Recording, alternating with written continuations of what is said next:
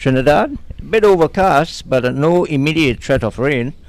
The weather forecast for today is that they're going to be intermittent showers. Let's hope that they are far less than that, and that we would have a full day's play and we would see some exciting cricket. Yeah, we would hope so. These two teams already yesterday, Jamaica against Windward Islands, that game was washed out. It was abandoned with no play possible.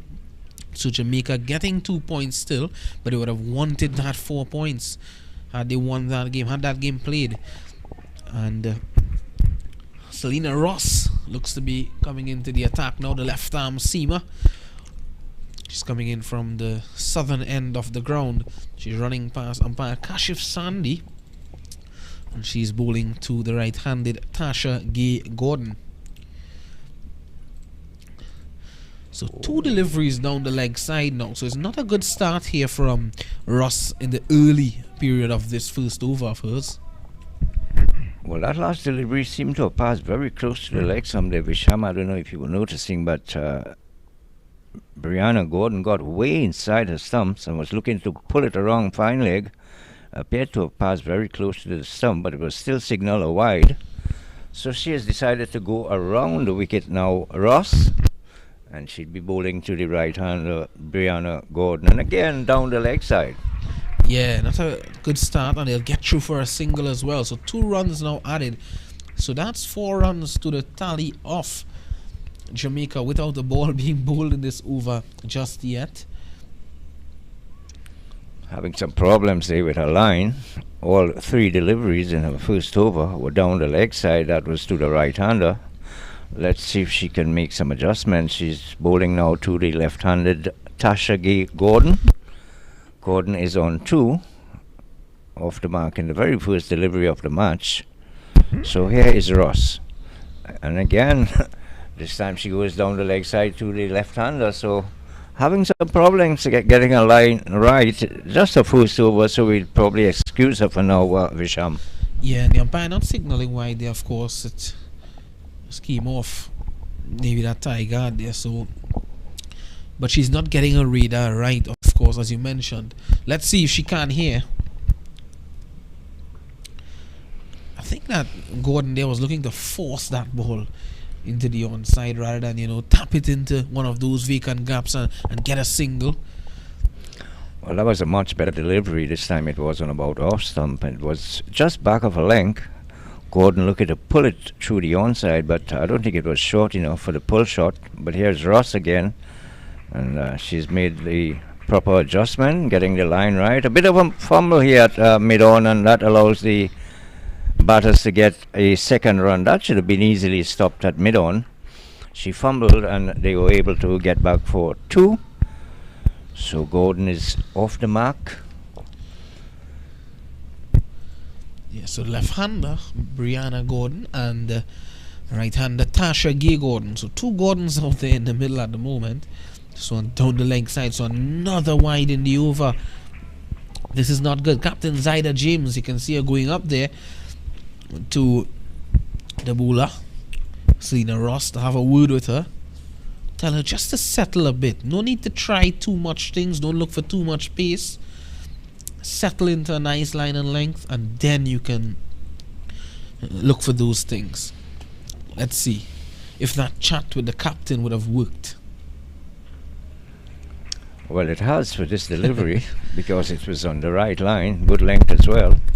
Probably he's having some problems as well with the left-hand, right-hand batswoman at the wicket, and they have been rotating the strike, so she has to adjust the line every delivery that they would have changed ends. So here's Ross again as she aborts that delivery. Selena Ross, left arm over the wicket. She's got just a 1 slip. There's a third man. There's a backward point, a cover, a short extra cover, and a mid-off. That's the field on the offside. On the onside, we've got a mid-on, a short mid-wicket, and a fine leg, very fine. Well, what the umpire has done there, he stopped Ross as she came in, because he got a signal from the square leg umpire saying that, hey, the wicket keeper is a bit close to the stumps. I think she needs to get a helmet on. And that's what happened there. the square leg umpire, asking the keeper to get that helmet on as she's looking to come up a bit closer to the stumps. It's one of the regulations. Close-in fielders must be wearing the protective helmet. This is well played by Brianna, and a direct hit there, but certainly Tasha Gay Gordon is inside, and they get through for a single in the end. So that's good running, putting pressure on the fielders, but excellent work as well from the fielder.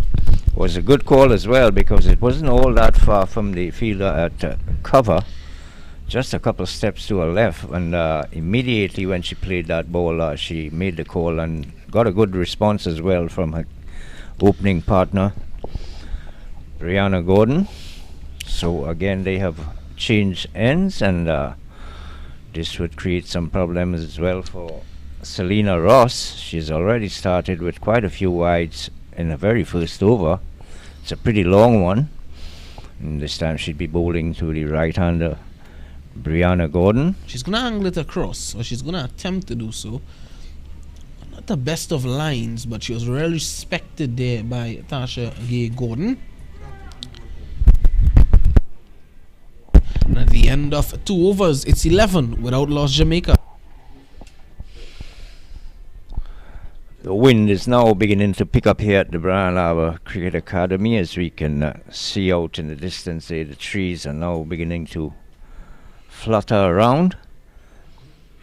An indication that it might be possibly a breezy day here. That is good as well, because that would blow whatever clouds they are hanging around away.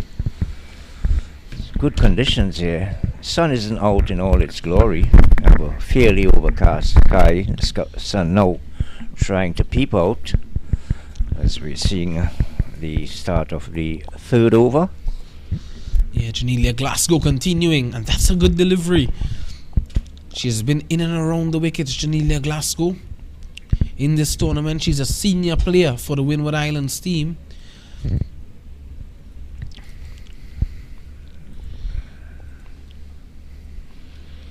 And Janelia has got a slip, a solitary slip. There's a 3rd man.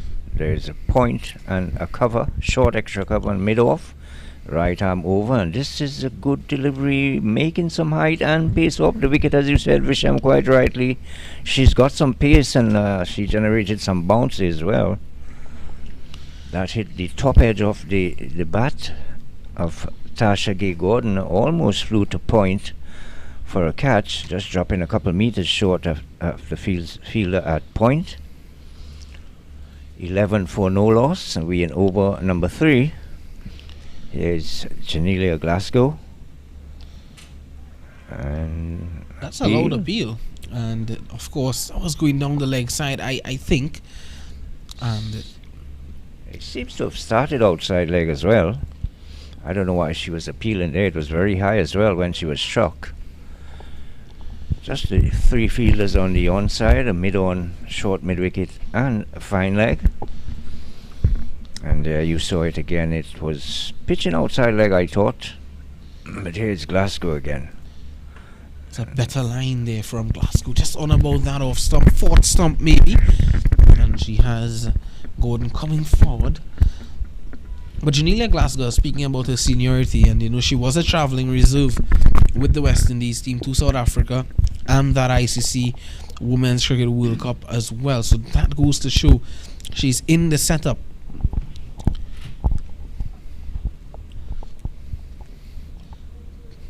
Well, she has good control as well, because she's kept a very good line. Don't think she's bowled any wides just yet. She's got 6 fielders on the offside, 3 on the on. I think this is a decent start from Windward Islands, despite that one over there from Selena Ross, in which we had a number of wides. But this has been a decent start. It's only the 3rd over, 11 without loss Jamaica. That's a full toss on the line of the leg stump. And might just run away for 4, would it? Yeah, it does. And that's the first boundary of the game. Coming off the mat of Gordon. Is it Tasha Gay Gordon? And yeah, that's a good looking shot. So that's 15 without loss now. Jamaica under 19 batting first here at the Lara Cricket Academy. Have a look at this again. It was a full toss. It was on middle stump and she turned it on the onside. Pretty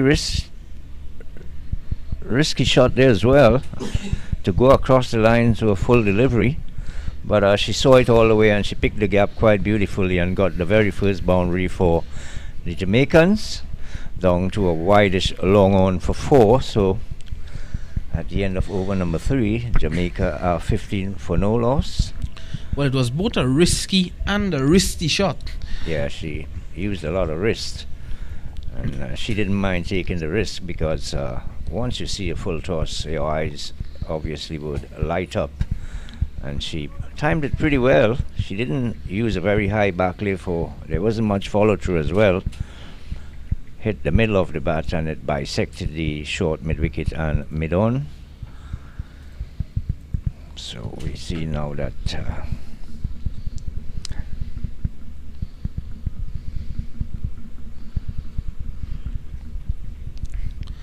so it's Natalia Philip coming into the attack. She is going to replace Selena Ross.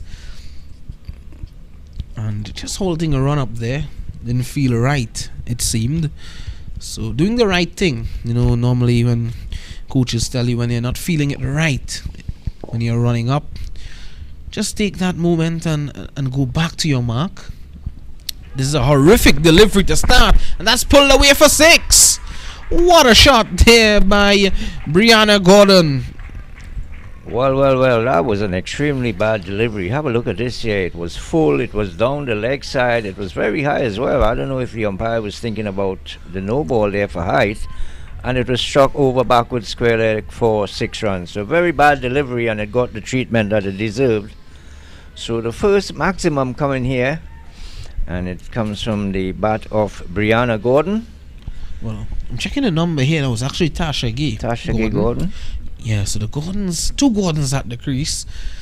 Tasha Gay, the right-hander. Brianna, the left-hander, who's at the non-striker's end. And that's a wide. So not a good start here by Philip. So Glasgow has not been well assisted thus far by Ross and Philip.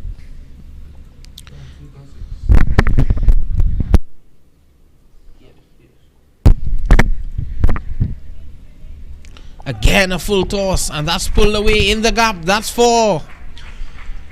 So 11 runs in 3 balls. Well, actually 2 deliveries thus far. Well, another poor delivery here. Look at this.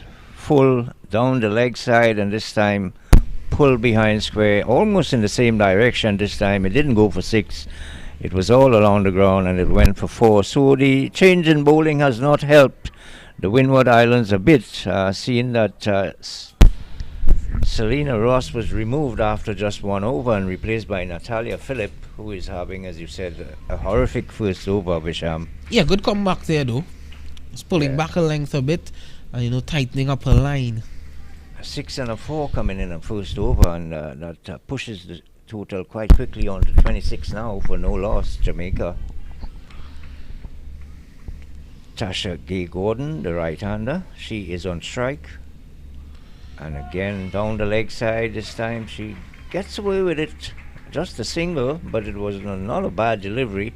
Short down the leg side, pulled just behind in the short fine leg area.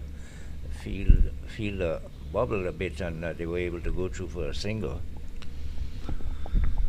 So bit of an eventful over here, Bisham. Yeah, eventful to say the least. 6 of the very first ball. What a welcome that was for Philip. And then came a wide, then a boundary struck, a dot delivery, and now a single. So Brianna Gordon is on strike now, looking to smash that one powerfully through the offside. I think that has been her problem. She's on 9 of 16 balls.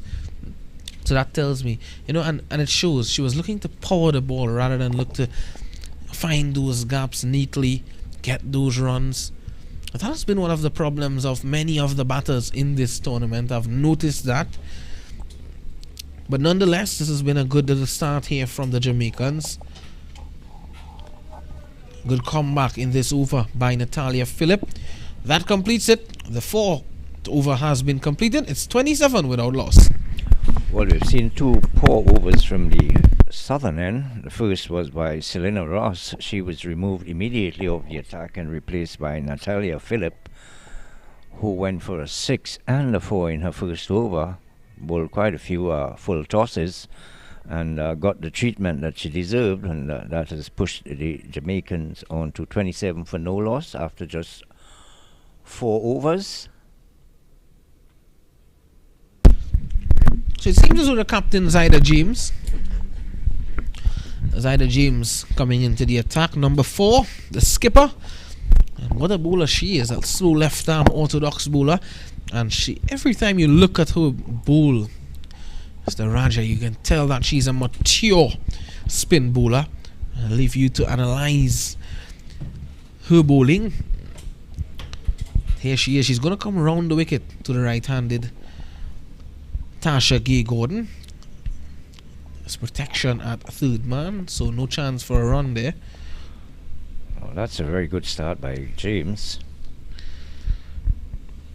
Right on spot from the first delivery, and again another good delivery just off a good length, and just on off stump as well. Left arm orthodox coming around the wicket. No slip in place for her. There's a fine short third man. She comes so wide. This is in the air. That was a fault shot there. You're just poking at it, not really playing positively there. Yeah, it was in the air for a while, but fortunate for her that it was in the gap. A very strong offside field. Too much bottom hand in that shot from Tasha Gay Gordon. Wow, what a pickup there from Janelia Glasgow. Yeah, she looks the part. Surprised that she was taken off after just the 2 overs, but they've got their plan, Windward Islands. Just maybe saving 2 overs for the back end of the innings. Yes, obviously. That's a good delivery. So Zyda James has been on spot since coming into the attack here. Remember, there are 2 more games being played today at the Diego Martin Sporting Complex as we speak. Windward Islands. This one is into the air, and Glasgow! Good effort, but not being able to hold on, and there was a chance for a run out at the non-striker's end as well. And well, she lives to fight another day, Brianna Gordon. So both Gordons there almost giving their hand away, but in the end they are safe. So at the end of 5 overs, 1 more over to go in the power play. It's 27 without loss, and the maiden over being bowled by the captain, Zyda James. Well, she hit the spot from the very first delivery, and there were a couple chances as well went a begging. The first was when she mistimed that defensive shot on the offside, and it was in the air for a while, dropping where there was no fielder. And then again, this final delivery, it was just to the right of short extra cover where Glasgow had a lunge at it. Unfortunately, she couldn't get her hand straight, and there was also a chance of a run out in that very same delivery. So quite eventful over there. First over from the Windward Islands captain, Zyda James. But we are back here now with Philip is coming back into the attack. Started a wide in this over, so that has been a concern for the Windward Islands. There's been 7 extras now in this innings.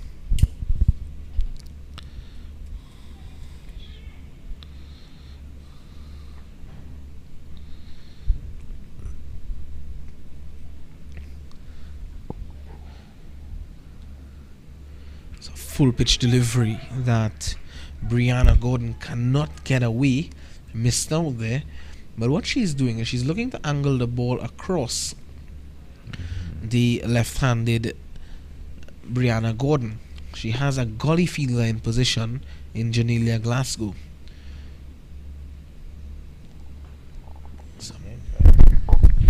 Swan driven down the ground. She'll get a single.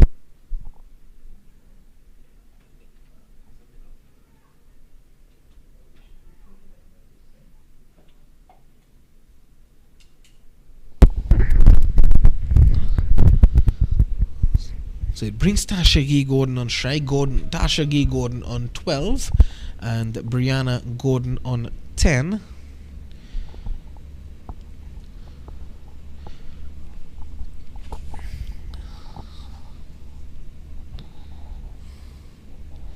So down the leg side again. Chance for her at the non-striker's end, and a big miss there by the Windward Islands. That could have been the end of Dasha Gay Gordon. But so very eventful little period here for the Windward Islands and Jamaica. In the last over, we saw very close chances for Glasgow to issue a run out at the non-striker's end and also take a catch as well, and now a chance for her at the non-striker's end in this over, and a big miss.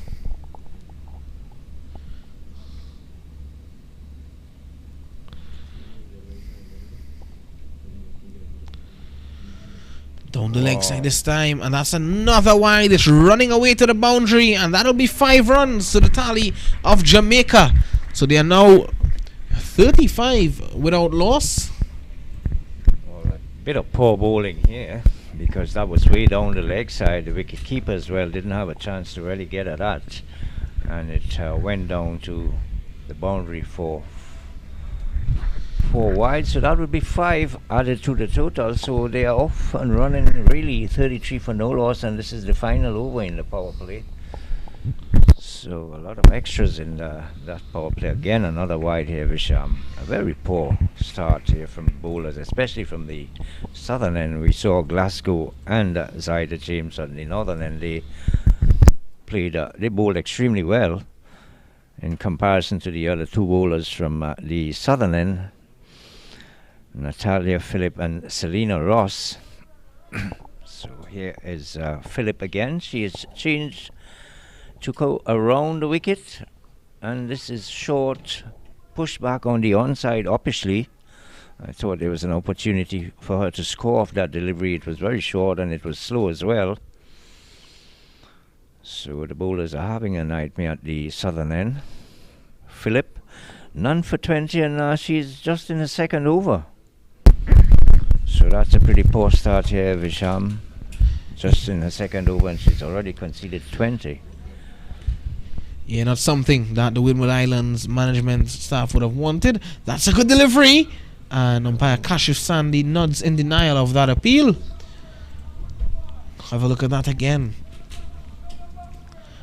So stealing into the left-hander, and it struck her on the boot, and that would have been going down the leg side maybe. Yeah, the angle would have taken it down the leg side more or less. This time it's short, and she attempts to pull. Doesn't make contact, taken by the wicket keeper. So the end of the 6th over, and that's the end of the power play. Not a bad one for the Jamaicans, 34 in 6. They were helped with some pretty ordinary bowling, really. We saw quite a few full tosses and long hops, and quite a few deliveries going down the leg side as well. So not a good opening attack, especially from the southern end. Both bowlers on that end, they have struggled, and quite different to what we saw at the top end, where Zyda James replaced Janela Glasgow, and they both have been on the spot. They're quite tidy with their line and lengths, and even their economy rate as well. So Captain James making some adjustments to her field here. She's now allowed a couple more fielders outside the inner circle. That the power play is now over, but she's decided to keep everyone in the inner ring, so run scoring should be pretty tough here if they can't find the gaps, Visham. Yeah, it would, and she's bowling to a field. That's the most important thing for the captain, Zyda James. She's setting the example, and that's a good line, good length. Very good control as well. I haven't seen her straight in line just yet, and she's offering a lot of flight and looking to spin the ball as well. She's got a nice loop. This one is short, could be out. It's in the gap. That's looking to pill on the onside. And that's the first runs off her bowling as well. And she was looking to go across the line. Had she missed that there, Tasha Gay Gordon, she could have been in some problems. That was a pretty straight delivery. Well, she mistimed it actually, because it looked as though she got a top edge, Yes, and she did. it was in the air for a while. Fortunate for her that it went between the field at forward square leg and short mid wicket. But just a single. The first time she's going to be bowling to Tasha Gay Gordon. Actually, Brianna Gordon, sorry, the left-hander. Yes, it's the first time she's bowling to the left-handed Brianna Gordon. She's tuning the ball into her. Wide shock back down to mid-on. That could be out. Oh my goodness, why did she underarm that return there to the wicket? I thought that she would have been going for some more power in the throw. She needed to get that return quickly onto the stump, and even though she took a long while to get the ball back to the wicket, she still had a chance to get that batter out, run out, but she missed the stumps as well. So a single taken there that has brought the right-handed Tasha Gay Gordon on strike. So a shock into the air, she could be out, and that's a drop. Drop catch there by that fielder. That's number 1. That is Nisha Alexander putting down that catch at cover point. And Zaida James could consider herself very unlucky. Well, have a look at it here. That was a very, very simple catch. Mistimed in the air, straight to cover and right through her hands. That was extremely poor bit of fielding there from the Windward Islands, and that would have brought them the very first wicket. So they're in some problems here. 38 for no loss. A catch going down as well. And the Jamaicans looking like they would really get to a pretty good score here. They've had a pretty good start. Well, if they continue at this rate, and with not losing a wicket as well in this early period, I think they can go up to a very healthy total. It's a good position to be in, 40 without loss after 7. And we had 2 chances going a begging here in that last over from Zaida James. There was a chance of a run out at the non-strikers end. Poor bit of fielding there, and then there was a very simple catch to cover that was put down as well. So Jamaica enjoying a bit of luck. They've reached to 40 for no loss after 7, and for the very first time the sun is out in all its glory here at the Brian Lara Cricket Academy, and it looks a very beautiful picture, Bisham. Yeah, it always does when the sun comes out here at the Brian Lara Cricket Academy. Even when the rain falls, it surprises us, the Brian Lara Cricket Academy. This one is into the air, takes the outside edge over the head of Janelia Glasgow at slip. And they will get 2. A chance for an out, and she's gone, is she? Yes! The first wicket is down here for Windward Islands. Jamaica losing their first. It is Brianna Gordon run out to a good piece of fielding there. It looked to be Janelia Glasgow. Yes, it is. Janelia Glasgow rocketing that ball into the gloves of the wicket keeper. And that's gone. Yeah. Good decision there by the umpire. She was out by a very long way. That was a good, powerful return here by Glasgow. Unlike what we saw in the previous over when the field at mid-on had a very clear chance of a run out, but didn't effect a good return to the stump, and the batter was able to survive that run out chance, but not this time. Janelia Glasgow, who is very quick on the outfield, got to that ball very quickly and fired in a powerful return to the wicketkeeper. Very accurate one as well. And it found the batter short of the ground. So they have now lost their very first wicket, Jamaica. They are 41 for 1. And we are in over number 8. 2 deliveries going in that first over, and as we speak, that is another change in bowling from the southern end. So we have seen 3 different bowlers at the southern end, and we are just in over number 8, Fisham. So they're really ringing around the changes at the southern end. And that's good to see. That's good to see that intent from the captain, Zaida James. Not afraid to ring the changes. And Nisha Cherry, the off spinner. She normally bowls very slow, and you can see it there. She bowls slowly, but what she does is she hits a nice tight line in length. Well, to be honest, the slower deliveries would be much more difficult to get away because there wouldn't be any pace on the ball that the batters can use. This is a high full toss, looping a bit, pulled down to mid-on, and a bit of misfielding again at mid-on, and that goes all the way down to the long-on boundary for 4. Poor bit of fielding there. Have a look at this. It's a poor ball, though. Yeah, it was a poor delivery. It deserved the treatment, but I think, it was a big miss there by Marceline at mid-on. That should have been fielded. Yeah, but it was hit hard because look at that, how it raced along for 4 as it missed the fielder. Yeah, well, she put a lot of power in the shot as well because it was a full toss. She went with everything that she had and got it through the hands of mid-on down to the long-on boundary for 4. So Cherry again, another full toss, very similar to the first delivery, a similar shot as well. But there's now a long-on in place after that last delivery. And they have kept it to a single. Total moves on to 46 for 1 in over number 8. Well, Lena Scott likes to get on with things. She's an attacking player by nature. We saw her smash 43 against Guyana in their second game, Jamaica. Right here at the Brian Lara Cricket Academy. They beat Guyana by 18 runs in that second game. This one played away on the offside. No run there offered. Yeah, Jamaica in that game scoring 115 for 3 in 20 overs. Scott 43, Kate Wilmot 28 not out, and Guyana only managing 87 for 4 in 18 overs. And that's bold!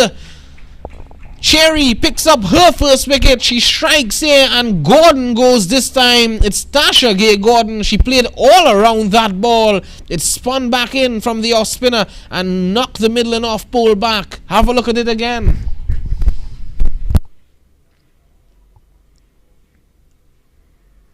Oh, completely missing the line of that ball. She played outside the line and got an off stump knockback. So that's the fall of wicket number 2 for Jamaica. And with the score on 46, the Windward Islands, they have struck back after they got off to a pretty lousy and lazy looking start here this morning at the Brian Lara Cricket Academy. The bowling, especially at the southern end, hadn't been all that good. And the Jamaicans took full advantage of that. And they have now posted 46 in over number 8. They've lost 2 wickets as well. Yeah, and one brings 2, and there's a second wicket. And let's call all that the teams for both Windward Islands and Jamaica. Windward Islands, Jida James number 4, Selena Ross 20, Namia Marceline number 10, Krisa Sky Smith number 6, Nisha Cherry 25, Natalia Philip 24.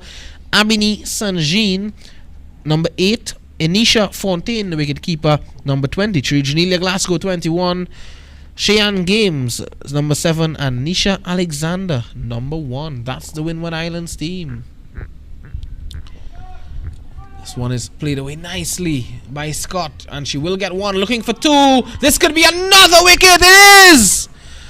My oh my, what is Jamaica doing at this point? They were in such a good position. 40 without loss after 7, and now they are 47 for 3 in the 9th over. Scott goes for 6. That's a huge wicket. Anil Raja. Well, that was very, very poor running between the wickets there. Have a look at this here. It was struck down to a long off. A bit of misfield on short extra, and again that fielder Glasgow, have a look at the throw again. Very good fielding indeed, and a very good return, and the non-striker is having some very harsh words here. She's very, very displeased with what has happened there. Yeah, she was not happy. You don't want to chance the arms of Janelia Glasgow from what we saw from her in this tournament. That was an excellent throw. 1 bounce just over the stumps. That's what you like to see. Well, she had the power in the throw as well. She didn't really lob the ball. She fired it in with all the power she got because she knew that there was a chance of a run out at the far end. And she picked the right end as well and fired that return. 1 bounce to the wicket-keeper, and both batsmen were stranded at the non-strikers end. So some poor cricket here from Jamaica after they were off to a pretty good start, having 2 run-outs in the 3 wickets to have fallen. And the 3rd wicket, well, she was bowled. That was Tasha Gordon, bowled between bat and pad. So they have struck back quite forcefully, Windward Islands. Full toss. whipped away down to deep mid wicket. There'll just be a single because there is a fielder on the deep mid wicket boundary. Charlize is a right arm wrist spinner. She appears to be bowling leg breaks, Visham. Yeah, Beanie Saint-Jean. That's the leg spinner for Windward Islands. And the new batter coming to the crease is Krishana McKenzie, number 7. She's at the non-striker's end. She got off the mark in that last delivery.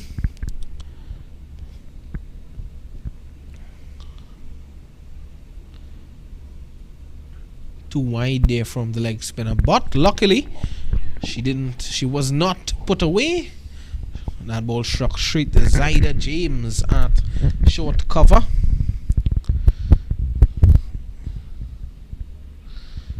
Looking to sweep this time and not making contact. It's Kate Wilmot at the striker's end.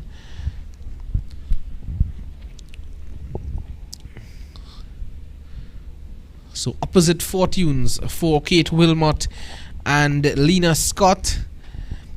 In the last game they played here, of course, they had a magnificent partnership. This one wide, not collected cleanly by Fontaine, and it went away. They got a single. Let's wait on the umpire signal. So that's 2 runs to the total of Jamaica. That brings up the 50. Yes, it brings up the 50 for the Jamaica under 19 women's team. So yes, I was speaking about the opposite fortunes that Wilmot and Scott had. Scott had 43 in that partnership. Wilmot had 28 not out. And now in this game, Wilmot running out Lena Scott. I don't think I'll want to be anywhere near Lena Scott if I'm Kate Wilmot when I go back into the dressing room. This one played away uppishly over mid-off. Glasgow giving chase, but she doesn't get there in time. The ball wins the race, and that's 4 to Krishana McKenzie. Well, that wasn't a good delivery. That was wide and it was full as well. So she took full advantage of that. She hit it in the air, but perfectly safe over the infield down to the wide long off boundary for 4. So Jamaica now move on to 54 for 3. And we've got the final delivery in over number 9. So even though the Windward Islands have pulled things back and picking up 3 quick wickets, Visham, this could be close. And again. That could be 4 more. Gives chase. That's a great stop here down at the wide long off boundary by Glasgow. She's a very, very energetic cricketer. She bowls with quite a lot of pace and she's an excellent fielder as well. End of the over there. Have a look at this again here. A half volley struck. I think this piece of fielding needs and deserves another look. Look at that. Yes. Expert timing of the dive, and she gets it back in place. She stops that ball before it makes its way to the boundary, and she rockets that ball in. She's a powerful cricketer, and she's a good all-round player, Janelia Glasgow. That just goes to show the level of a player that she is. Great commitment as well there to get down to that boundary ropes and pull that ball back in. So at the end of over number 9, or is it number 8? Oh, that's end of over number 9. This is going to be over number 10 here, being bowled by Cherry, and they get 1 Jamaica. So it's still a good position to be in if you're a batting team. 57 for 3. I think it's still a good position. Yeah, and remember we were speaking about the games playing simultaneously. Well, the game that is playing simultaneously with this game is Leeward Islands and Barbados at the Diego Martin Sporting Complex. That game got underway at 9:30 a.m. this morning, and at 2:30 p.m. here at the Brian Lara Cricket Academy. It's a big clash. Guyana coming up against Trinidad and Tobago at 2:30 p.m. Mark that time down. Sherry, the right arm off spinner, she has 1 for 7. She's in her second over. She's bowling right arm over the wicket. She's got the long on and the long off cutting the boundary. There's a backward square leg 3/4 of a wicket down to the boundary. Here she's right arm over. Flighty delivery. And my hoik down to deep mid wicket, missing it completely there was Mackenzie. And partially stopped by the wicket keeper, Fontaine. So here is Sherry. Cherry's action looks a bit suspect, but almost a bit short there from Cherry, and it was played away, no run. Yes, there seems to be a slight kink in the elbow there, Bisham.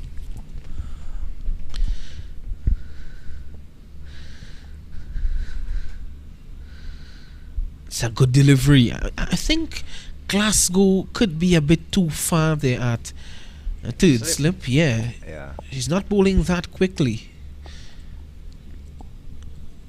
Have a look at that action there of Sherry.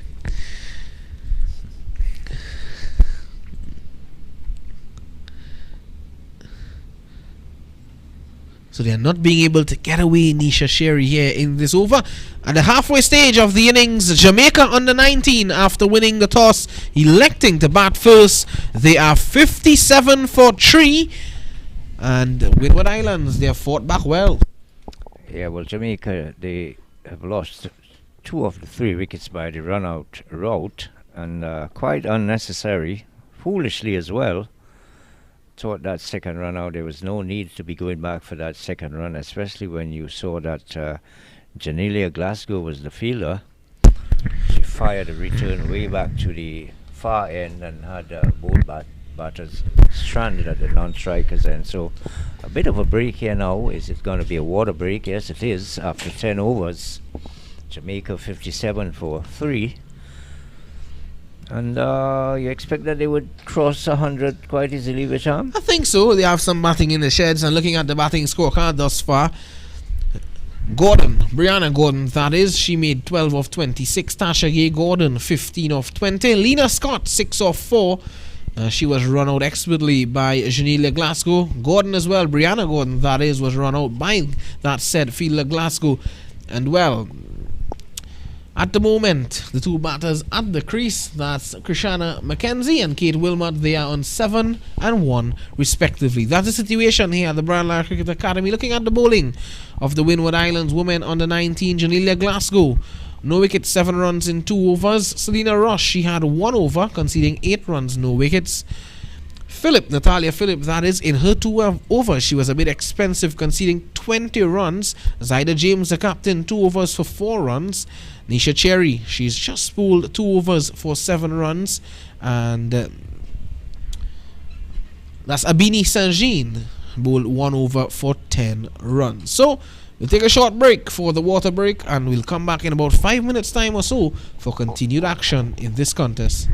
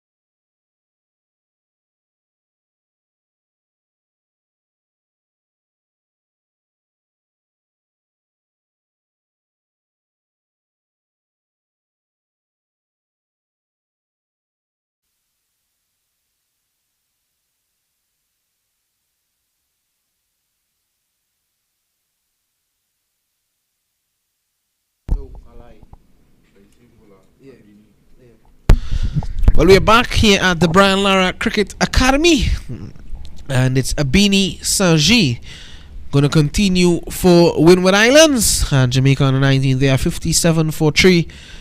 So welcome back, Mr. Anil Raja. And here's Sanjin. It's a good delivery, turning away, beating the outside edge of the bat of Wilmot. Thoughts on the first 10, Mr. Raja? Well, you would want to say it's even Stevens, but I'll give Jamaica just a slight edge because they've scored 57 and 10. This is a very high full toss. This might be signal a no ball. It was pulled down to forward square and just a single. Let's see if the umpire is going to allow that. Oh yes, she is signaled. It's a no ball for height. So we have the first free hit here, Visham. Yeah, the first free hit. Definitely not something that you normally see from a spinner bowling a new ball. Well, they've served up quite a lot of full tosses, some of them pretty high as well, like that last delivery. It was way over the waist and quite rightly signal a no ball for height. So this is a free hit. Let's see what is going to happen here, and nothing really happening there because it was a flighted delivery. She came down the wicket, looking to hoist it over long off, didn't make good contact, and she just managed to hit it back to the bowler. So no run there, coming off a free hit. This time this one is short, pulled behind square. That's going to run away to the backward square leg boundary for 4. That's a poor delivery, and that's 4 runs, beating the short fine leg. And there's also a square leg, normal square leg. She didn't have a chance really, so that one races into the backward square leg boundary for 4, and the total now moves to 63 for 3.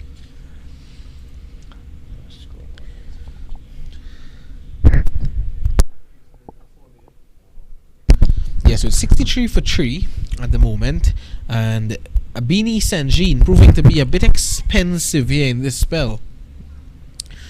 It's a good line there from her, maybe a bit too straight, and I think, Mackenzie not going through with the shot, getting there and not playing the ball at the very last moment.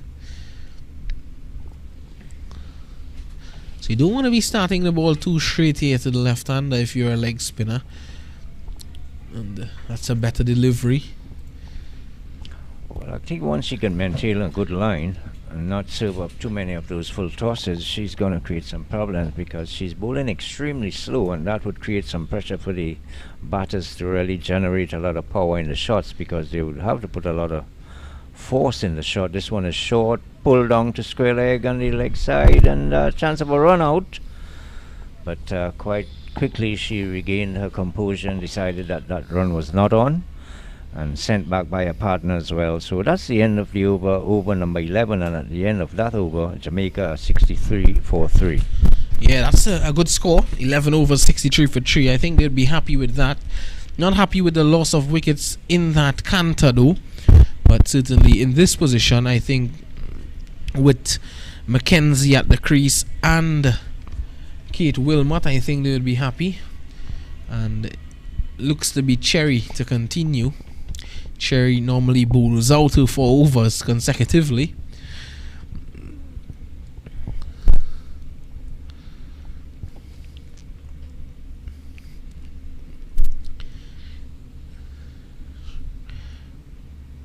She's going to be bowling to Wilmot, who is swinging, looking to force that ball, looking to go a bit too hard there, Kate Wilmot, and she would know that. Kate and Cade Wilmot on this Jamaican team. That's a good delivery. Straight there from Cherry. Remember, Windward Islands, they are on 6 points. They are 5th at the moment on the points table of this tournament, and Jamaica, after getting those 2 points yesterday, they are now 4th with 8 points. That could be out, but umpire Kashif Sandy says not out. A delayed appeal there from Nisha Cherry. Pretty good economy rate as well from Cherry, conceding just 7 runs. She's now in the 3rd over. She had the wicket to have fallen by the bowl down route when she deceived Tasha Gordon and bowled her between bat and pad. Well, the coach of the Jamaican team seems to be livid with Kate Wilmot. That one certainly going down the leg side.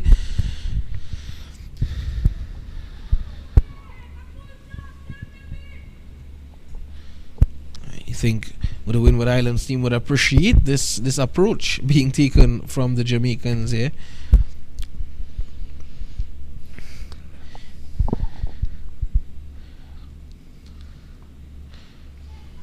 Well, you know, normally, Mr. Raja, at the end of 12, it's 63 for 3. That's a maiden over bowled by Anisha Sherry, one that the Windward Islands would welcome. Yes.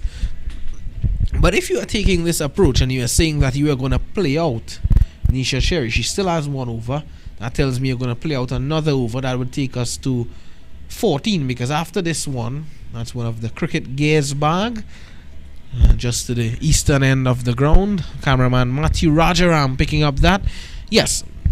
But if you are playing out Cherry, then this over would need to be bowled here by either one of the bowlers again. That will take us to 13 and then 14 as Cherry would complete her the over. And then you have Zyda James with 2 more and Janelia Glasgow.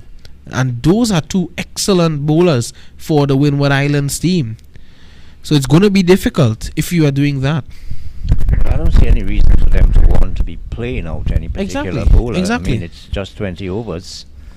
And they had a fairly good start, even though they lost 3 wickets. And this one is pushed down to long on.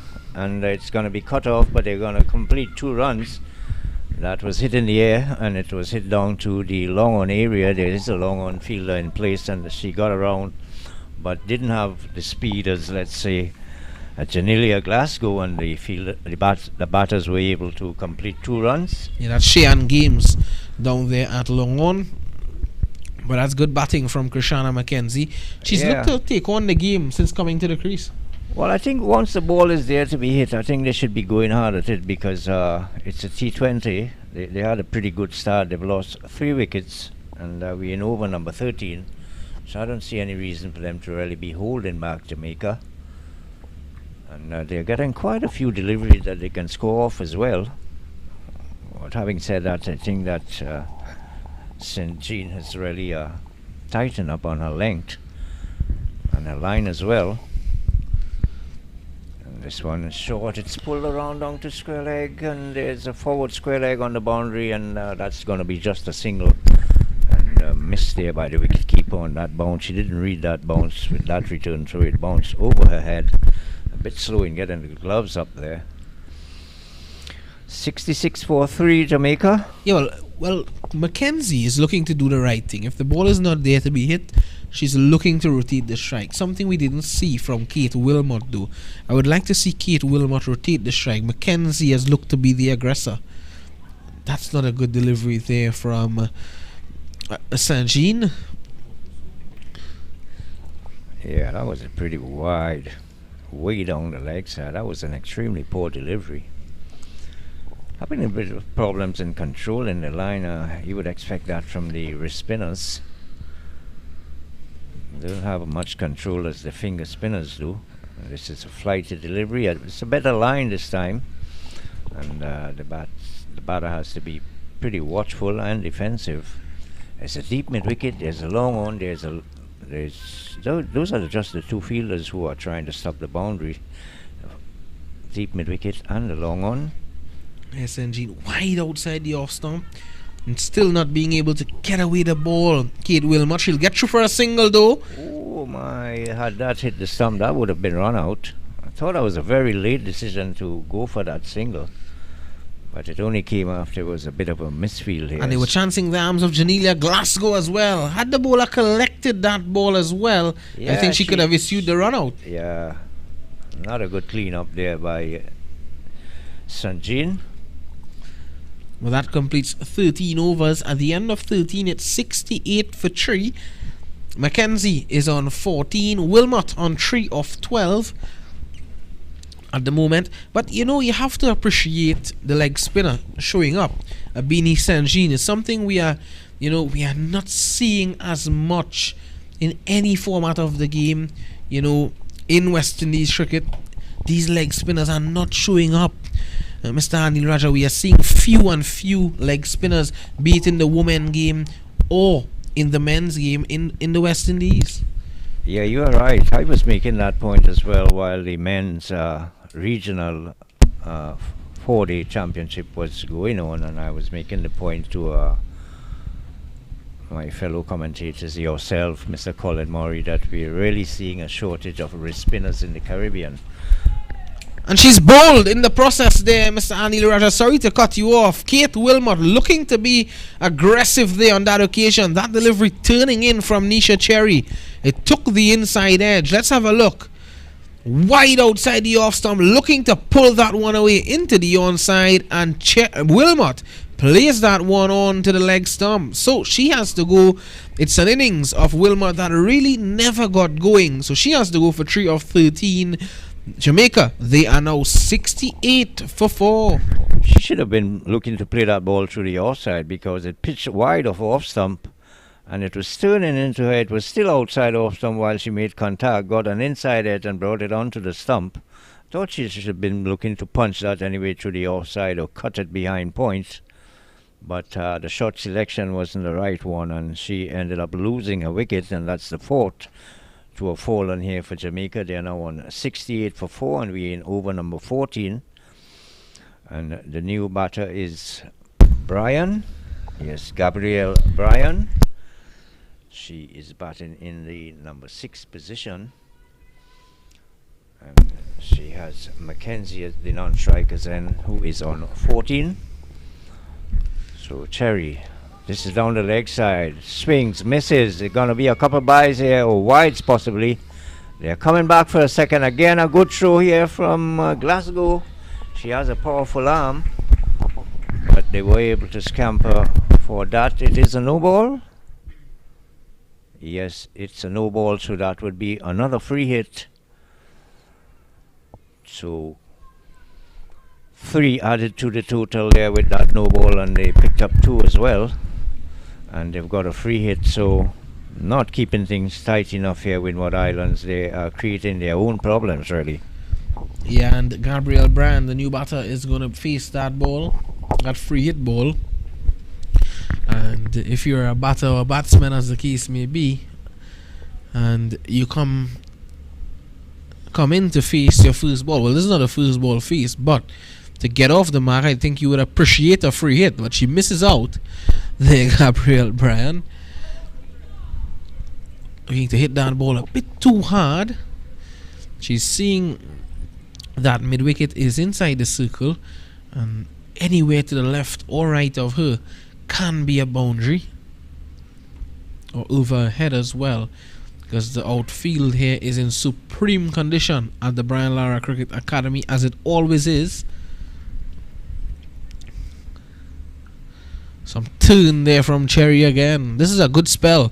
2 for 10 in 3.2. Yeah, she's been pretty economical, and she's also picked up the 2 wickets that have gone to bowlers, the other 2 wickets being run outs. This is a good line, a good length as well. Batsman has to be defensive to that delivery, Bryan. Gabrielle Bryan yet to get off the mark. Here's Sherry. And again, no run coming off that delivery. 4 fielders on the boundary line. There's a backward square leg, there's a long on the onside, and on the offside there's a long off, and there's a deep extra cover. I think with Cherry bowling and this being a new batter, they could have put in a slip. I would have liked to see a slip being introduced, and Cherry misfields off her own bowling. This would allow Jamaica to get through for 2, and yes they do.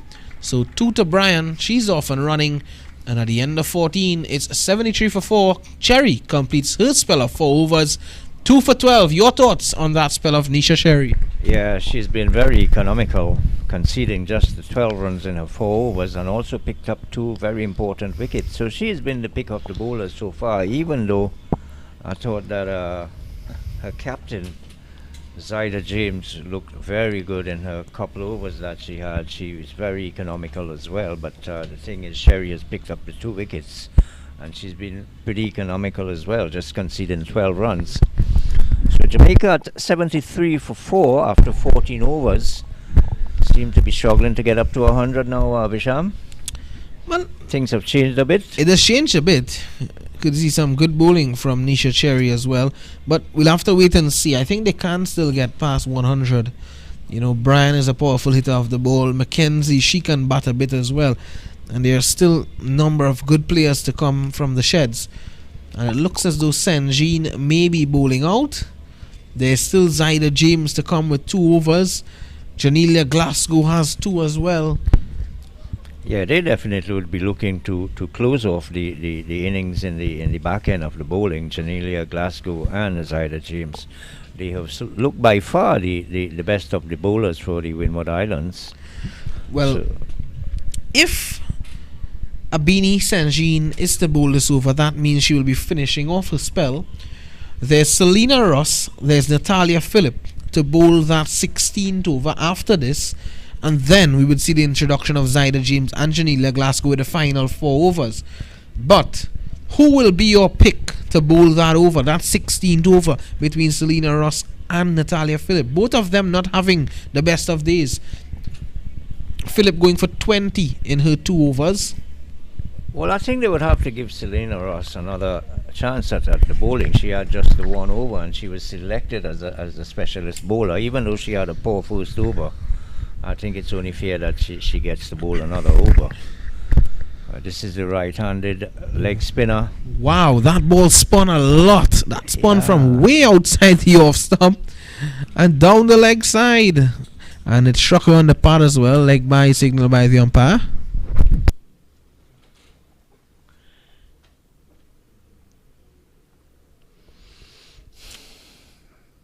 Brilliant sunshine now, and look at this. That turned way from outside off stump. I don't think that she should have gotten the leg by there, because she didn't attempt a shot, did she? And she was not taking evasive action. She deliberately padded off that delivery, but she got the leg by. Total now is on 73 for 4. Here's Sanjean. That's one that certainly would have been wide and struck away powerfully. Glasgow running that one down. Tracks it. That could be a run out, and it is not, because Sanjean, this has been the 2nd time that she has not been able to collect cleanly. And that was a very good throw as well. Quite accurate as well. Have a look at this, right over. Oh, she should have been looking to cushion that ball a bit, but she went at it with hard hands and was unable to take the return to effect the run out. Heavy stick up. Loud appeal and not out, says the umpire. The keeper was convinced. Jamaica on 76 for 4.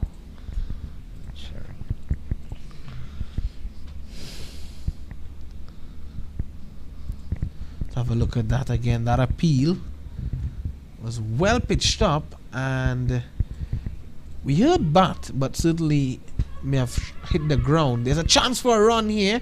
The striker not interested, and she's asking the non-striker as to where she was going.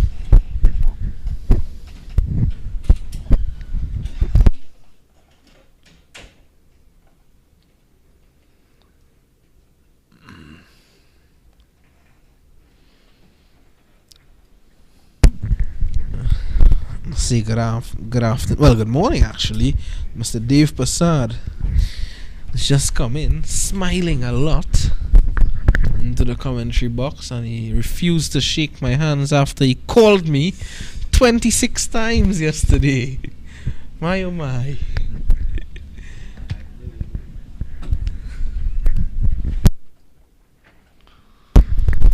So it's Brian who is on strike. She's on 4. She looks to punch this down the offside. She does, and it's going to pick up an easy single down to mid-off. Total moves on to 77 for 4. Jamaica. Mackenzie is on 14. Brian is now on 5. So Windward Islands trying to keep things tight here and not allow Jamaica to get off too much of a big total here. And while Jamaica have been well assisted by 23 extras from Windward Islands, I think, you know, they missed a trick as well in taking those singles, those doubles, as the case may be. They missed out. They didn't miss out on this, though. This is pulled away forcefully by Krishana McKenzie, who has been really enjoying herself out there in the middle over that short fine leg fielder, and that's 4. So 81 for 4 now after 15 overs. Krishana McKenzie is on 18. Gabrielle Bryan is on 5. The partnership 13. And, well, 23 extras in the innings, Mr. Anil Raja. Yeah, well, that was a very poor final delivery there from St. Jean. It was short, it was down the leg side, and it was turning further down the leg side. The batter just had to help it down to the fine leg boundary for 4. So that pushes the total on to 81. We've seen quite a lot of poor deliveries here, Visham, this morning. A lot of full tosses, a lot of short and wide deliveries as well. And no doubt that the extras total is so high. I mean, that's quite a lot of extras to be given away in a 20-over game. It is. And it might come back to really haunt them. It could very well do that. And we are seeing Selena Ross. You were quite right. Selena Ross being given the opportunity to bowl this 16th over. Yeah, well, she just had that first over and was removed from the attack because it was a poor first over. But she's back on the attack, left arm over the wicket, slow medium pace. She's got a long on, a long off. There's a fine leg and a third man as well. Those are the fielders trying to stop the boundary. Here she is, left arm over, pushed on to the offside and cover, but that Glasgow is there. And I'm sure that they're going to be well aware. That's a quick single here with the overthrow. A bit of sloppy cricket as well again here from the Windward Island. That has been quite regular in happening here, Visham. Some poor cricket by the Windward Island fielders. They have put down a few catches, they have missed a few run-outs, and now we're seeing quite a few overthrows as well. And they're looking to get Glasgow in every position that ball is going in, because she obviously is the best fielder on the Windward Islands team. Yeah, here's Selena Ross. It's a good delivery. In some cricket news as well, we saw Australia being decimated by Sri Lanka at Galle in their home conditions. Australia in the first innings 364 all out. Sri Lanka fighting back with 554, and Australia being bowled out in their second innings, so 151. Sri Lanka won by an innings and 39 runs. Prabhat Jayasuriya got 12 wickets in that match. A loud appeal there for leg before. Not out. That could have been close there. Well, I can't really describe that shot, Visha. I don't know what she was really trying to do there. She got in front the 3 stumps and was looking to play right across that delivery. I don't know if she was struck outside off stump. I thought that would have been LBW, but apparently she was struck outside off. Simon, well pitched up. This has been a good comeback from Selena Ross. You have to, really appreciate this comeback from Selena Ross after a not so good first over from her, the left-hand seamer. Yeah, so Prabhat Jayasuriya getting 12 for 177 in that match on his debut as well. What is he bowling, Visham? Left-arm orthodox. Spin? Left-arm orthodox, yep, in the form of Sanat Jayasuriya. Yes, and there have been a number of left-arm orthodox spinners being released by the Sri Lanka Cricket Board. Praveen Jayawikrama, also left-arm Chinaman bowler Lakshan Sandakan, and now Prabhat Jayasuriya. And not forgetting their most successful bowler at the international level, Rangana Hirat. Yes, that's the man. Yes, he's had an outstanding career. Bar Mutaya Muralidharan, I thought that Rangana Hirat has been the lead in wicket taker. Rangana Kirti Bandara Hirat, that's the man. Let's see. And as we see here at the Brownlow Cricket Academy. 16 overs being completed, 84 for 4 Jamaica. Yeah, Rangana Hirat, 433 test wickets, 74 in ODIs, and also in the T20 internationals he had 18 wickets. So what a wonderful career he has had. Again? 433. Yeah, that's quite a lot of days at the office there, Rangana Hirat. Only 93 matches though played and 433 test wickets. That's some career.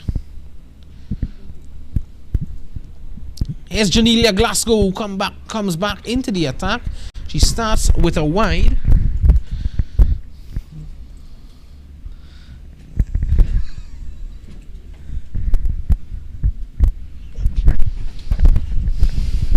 So with 4 overs remaining, Jamaica no doubt would want to pick up anyway in the region of 30 to 40 runs to have their total looking a bit respectable. They are on 85 for 4 at the moment. Here is Glasgow. A bit of pace, but that is full and wide, not signal a wide. It obviously would have passed within the mark of the wide delivery. She's got a third man pretty fine and a fine leg as well. Both of them pretty fine. Those are just the 2 fielders who are looking to cut the boundary. Everyone else in the inner ring. There's a backward pointer cover, a short extra cover and a mid-off on the offside. She aborts this delivery as she has missed a run, and on the onside there's a normal mid-on. There's a straightish mid-wicket. There's a fielder just on the backward square of the umpire, and there's a fine leg. Yeah, so Glasgow looking to go wide and full. That's the mode of attack here from Janelia Glasgow. Let's see how she goes. Wide and 2 wide this time, and 14 does not collect cleanly, and they get through for a single. So that's 2 runs to the total. It's now 87 for 4. We're also seeing the ICC Men's T20 World Cup qualifier going on in Zimbabwe at the moment, in Bulawayo, Zimbabwe. They got over Singapore by 111 runs. Craig Irvine had 34, 53 to Sean Williams, 87 to Sikandar Raza. In that 236 Zimbabwe scored. Down the leg side from Glasgow. That's a wide. Singapore only amassing 125 for the loss of 7. Top scorers for them: Janak Prakash, 32 not out. Aryaman Sunil, 25, and Surindran Chandramohan, 21. So Zimbabwe getting their ICC qualifier campaign off to a good start. It's a good delivery. Swinging in to the left-handed Mackenzie. She did well to play that one. It was well played. It was swinging in the air, and she just managed to drive it on the onside with the full face of the bat.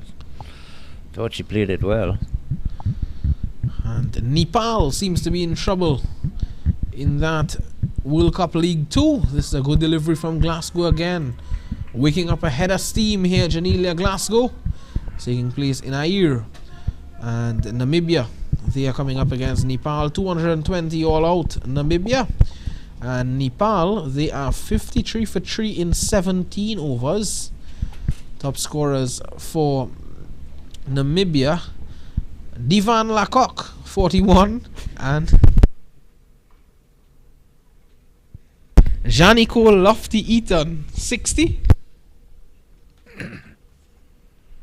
Well, Janelia Glasgow has tightened up here. She's now bowling the right line.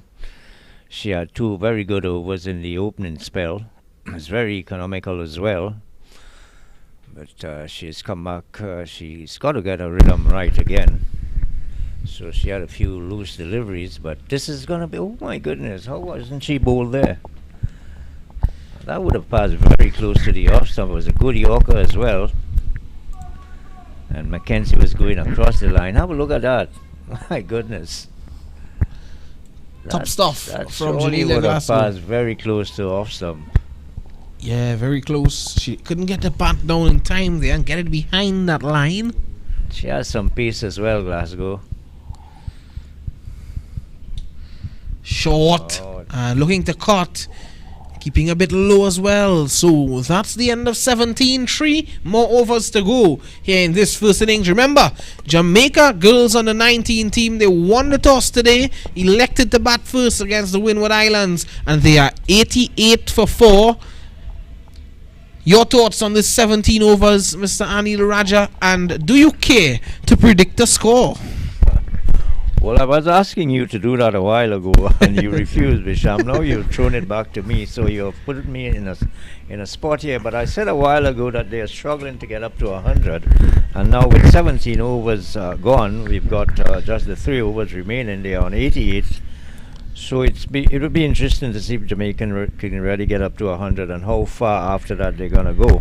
I think that the Windward Islands have got some good bowlers in the hat still. They've got Zyda James who has 2 overs as well, and she has looked as one of the pick up the bowlers together with Glasgow. Glasgow still has another over. So it's going to be touch and go whether Jamaica are going to reach 100 runs or not. Yeah, and Zyda James only 2 overs, bowled 4 runs. Remember, her first over was a maiden over. Mackenzie is at the non-strikers end. She's done the bulk of the run scoring at the moment. And it's Gabrielle Bryan taking strike for the Jamaicans. Remember, coming into this game, Windward Islands played 3, won 1, lost 1, and they were involved in a no result as well due to rain. Their net run rate 3.014. They are 5th at the moment with 6 points. And Jamaica, they participated in 4 matches, won 1, lost 1, and they were involved in 2 no result matches. Their net run rate, on the other hand, negative 0.720 at the moment.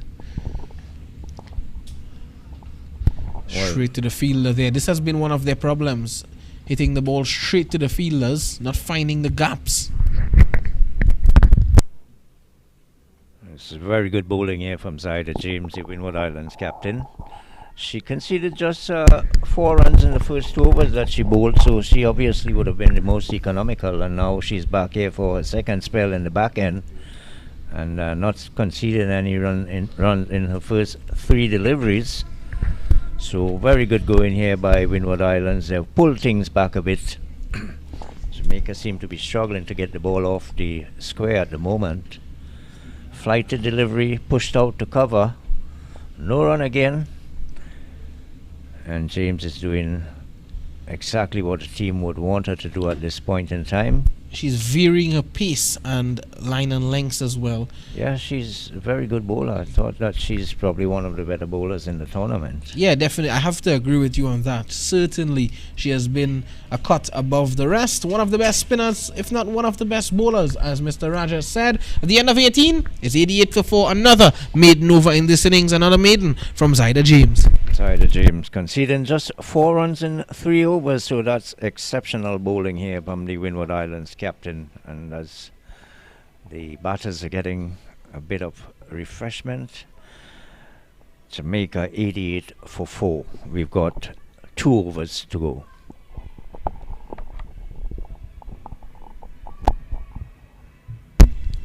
Women's cricket here in the West Indies, and women's cricket as well going on in Northampton at the moment. South Africa women taking on the English women, and South Africa women, after winning the toss and choosing to bat first out there in Northampton, they are 141 for 5 after 36.2 overs. Here is Janelia Glasgow at the Brian Lara Cricket Academy in South Trinidad. And she's back on target immediately in this over. And just to give you the scorecard thus far of South Africa, Laura Wolvaert 43 of 72, and Chloe Tryon and Nadine de Klerk is on 40 and 14 not out respectively. Chance for a run out at the non-strikers end and not being able to execute that. In the wickets for England, Catherine Brunt 2 for 13 and 8, Nat Siver 1 for 38 and 6, Sophie Eccleston, another left-arm orthodox spinner, 1 for 17 and 7.4, and Charlie Dean 1 for 43 and 8.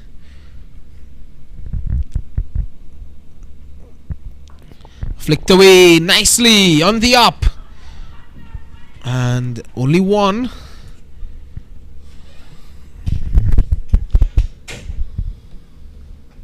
Jamaica looking to break loose here, but they can't.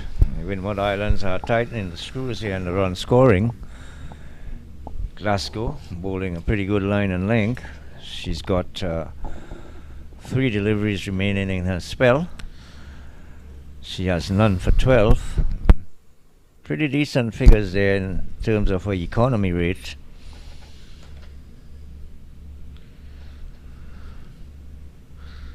This time it's a full toss and not able to capitalize on that full delivery there, Brian. Yeah, full toss at pace as well.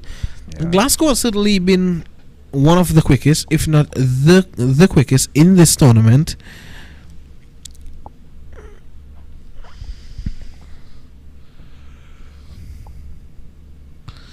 Very steady run up. This one is into the air. And another dot delivery. They are not being able to get the ball away here. Difficult going at the moment for the Jamaicans. The Windward Islands, you really have to applaud their fight back in this innings. They've pulled things back really well. Well, you don't really see a maiden over in a T20 in the 18th and 19th overs. Yeah. So that shows how well the Windward Islands have pulled things back. And another dot ball. So Glasgow completes her spell. Had one, yeah. There was one run scored in that over. Well, she completes her spell. 4 overs, none for 12. That's very good going by the opening bowler for the Windward Islands, and also her captain Zyda James. She's got a final over. She's been the pick of the bowlers so far for the Windward Islands. Left arm orthodox, very economical bowler, very good length and line, and really kept the Jamaicans under control here in terms of the run scoring. And there's the photographer at the ground. He's been beating the sun all morning. He's had some cool conditions to start, but since then he's been beating the sun. You have to feel for him. Jason Kailash Mohammed Rakbir Singh Prasad is asking me what sun, but he's in the comfort of the air condition, so he won't know what sun. He's never in the sun. Jason Prasad, our good friend here in the commentary box. Chief scorer. Here's the final over. Zyda James, none for 12. Oh no, she has none for 4. Well, make that 1 for 4 because she has castled Krishana McKenzie. Big blow, the final over. I think she deserved it again here. Here's James. Oh, that's a good delivery. Hitting the top of off stump, pitching outside off, turning in, and bowling McKenzie. All ends up knocking the top of off stump, so that's the fall of the 5th wicket. And very good comeback here by the Windward Islands. At one time at 57 for 3 after 10 overs, quite easily we were predicting that they were going to get past 100, Visham. Yeah, it doesn't look so now. Yeah. John Eldare's the captain, striding out to the middle to join Gabrielle Bryan, who is on 7 of 23. What could she be possibly telling John Eldares at the moment?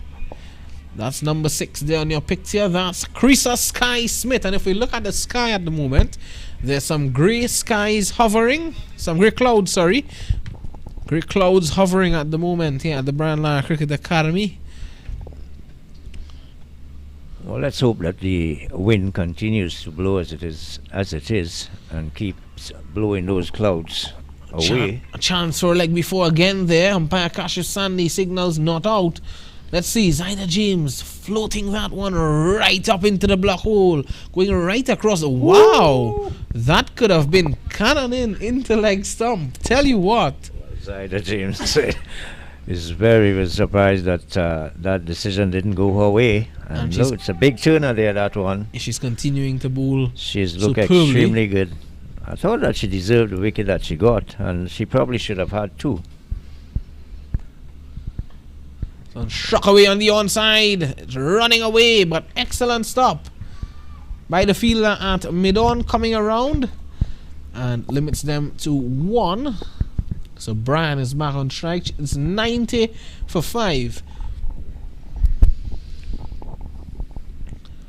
That's One is smashed beautifully for 6. Gabrielle Bryan getting into the attack A little too late maybe, but it's 96-5. They'll take it any day. Final delivery to go. Look at that shot from Gabriel Bryan.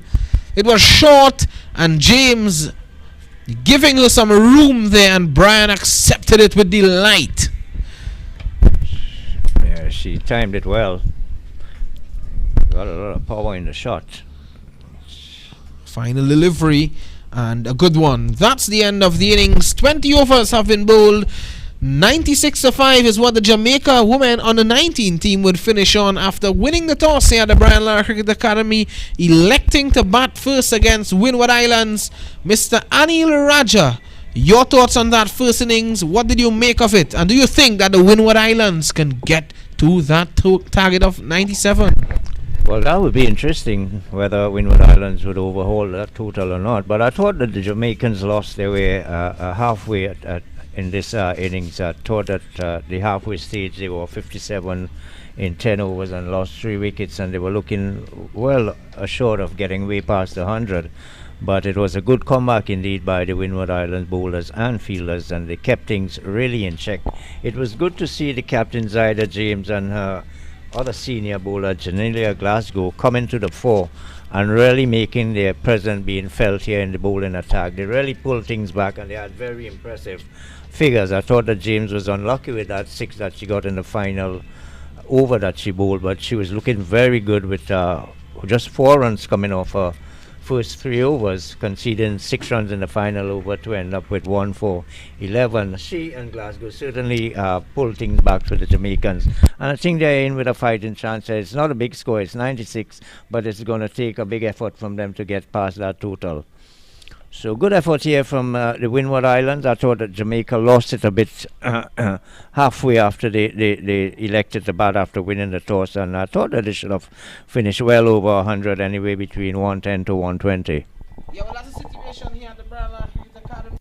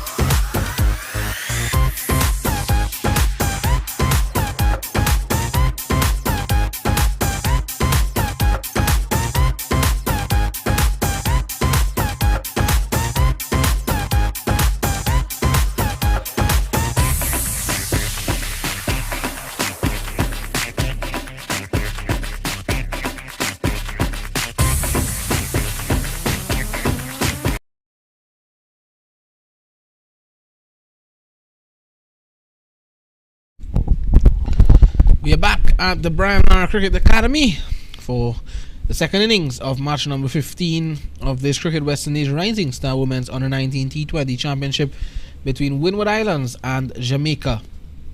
Jamaica batting first amassed 96 for 5, so they've set Windward Islands 97 for victory, and the two openers for Windward Islands, Krista Sky-Smith and Zyda James, and Kate Wilmot taking up the attack for the Jamaicans immediately with the resumption. And I think the battle for the fastest bowler in this tournament is between Janelia Glasgow and Kate Wilmot. Jamelia Glasgow of the Windward Islands and Kate Wilmot of the Jamaican team. Kate Wilmot not having the best of times at the bat today. She'll want a big performance with the ball, defending 96. Well, we'd expect a pretty close contest here. 96 scored by Jamaica. It's not a huge score, really. Thought at one time that they would have easily gotten past 100 up to 120, but Windward Islands did a very good job in pulling things back in the second half of the innings. It saw some good bowling from Captain Zyda James and Janelia Glasgow to restrict the Jamaicans to 96. Now it's up to Windward Islands to see if they can get past that total, but we know it's not going to be easy. Wide of the off stump, and you can see Wilmot working up some very quick deliveries here to Krista Sky-Smith.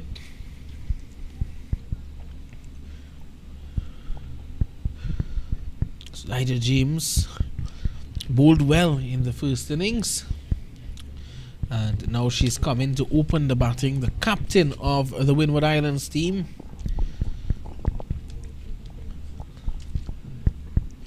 Pulled away, finds the fielder, and no run just yet for the Windward Islands team. Jamaica team in the field: Jonelle Dares, Kerry-Ann Spencer, Tasha Gay Gordon, Kimari Campbell, Kate Wilmot, Cade Wilmot, Krishana McKenzie, Brianna Gordon, Lena Scott, Gabrielle Bryan, and Anisha Miller. Left out today is Brianna Plummer. Not a good delivery. Struck forcefully down to mid-off. A chance for run out at the striker's end. And, well, she did not throw to the striker's end. She realized that Smith would have got back home quite easily. And she's safe. So, 0 for no loss.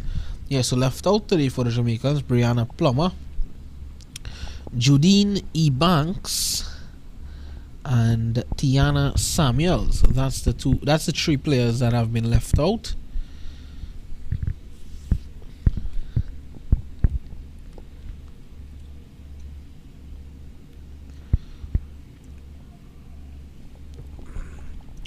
So a good first over comes to an end for Kate Wilmot and the Jamaicans. It's a maiden to get things underway. Smith yet to get off the mark. James yet to get off the mark as well.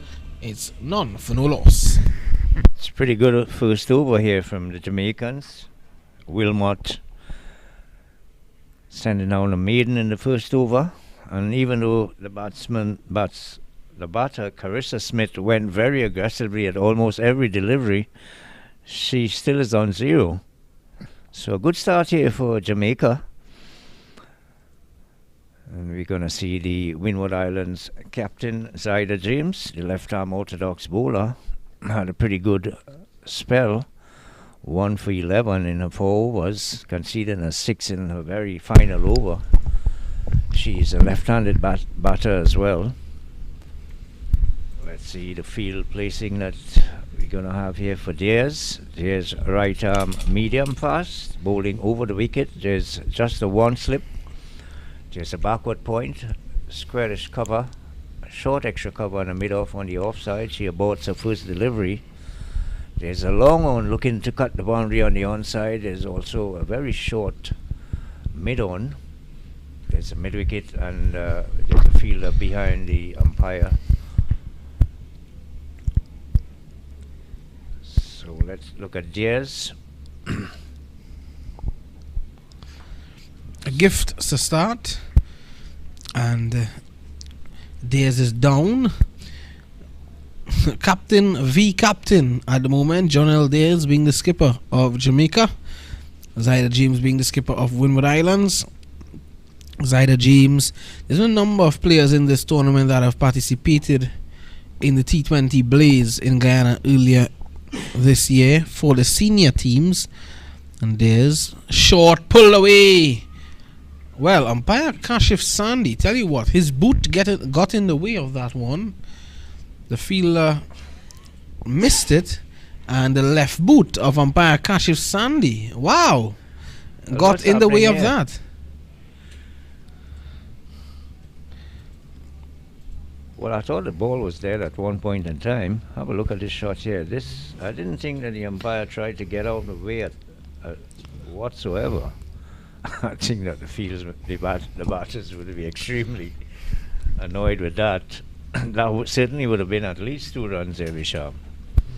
Well, here is Diaz again, right arm over. This time it's the ball pitched on the line of the leg stump, and the Windward Islands captain, Zyder James, just plays it quietly on the onside. That was a good pull shot, the previous delivery. She had beaten the fielder at short square leg, only to see the ball crash into the umpire's leg and prevented her from getting any runs. So here is Diaz again. Down the leg side, wide. Yes. That was one of the things that we saw with the Windward Islands when they fielded that they bowled quite a lot of wide deliveries, and there was pretty significant amount of extras in that innings. Yeah, they assisted the Jamaica batters as well. When I say assisted, they really did, because they were not going well in that middle period into the back end of the innings. Another wide here from John L. Dares. And I was speaking about the number of players in this tournament that have participated in that senior tournament, also playing for their senior team. Trishan Holder, Nijani Cumberbatch of Barbados. They've played in the CG Super 50 Cup. They also played in the T20 Blaze. Captain of Guyana, Ashmini Munesa, she played for Guyana in that T20 Blaze as well. Janaba Joseph played for Trinidad and Tobago. What a find she has been for this Trinidad and Tobago senior and under 19 team. And well, the Windward Islands, as you know, they are in a very unique position, because Janelia Glasgow, of course, she was in the reserves for the West Indies team that toured South Africa and the ICC Women's World Cup. And Zyder James, the batter who is on strike at the moment, she was a member of the West Indies Women's A team that hosted Pakistan Women's A team in 2021. So that's a senior player you are looking at out there in the middle, plying her trade with the bat. We saw her operate with the ball earlier, and what a sensational spell she bowled for the Windward Islands team, breaking the back of the Jamaica lineup. And Jonelle Dares not having the best of starts here for the Jamaicans. Yeah, she's bowling quite a few deliveries way down the leg side, conceding a lot of wides. I thought that James should have made contact with a couple of those deliveries. The one that she did make contact with, it ran into the square leg umpire and prevented her from getting any runs. So there are 3 people on the inner ring on the offside saving the single. There's a mid-off, there's a short extra cover, and there's a squarish cover. There's a slip very wide. That's almost a third slip. And then there's a third man on the boundary. Very wide indeed. Here is Diaz.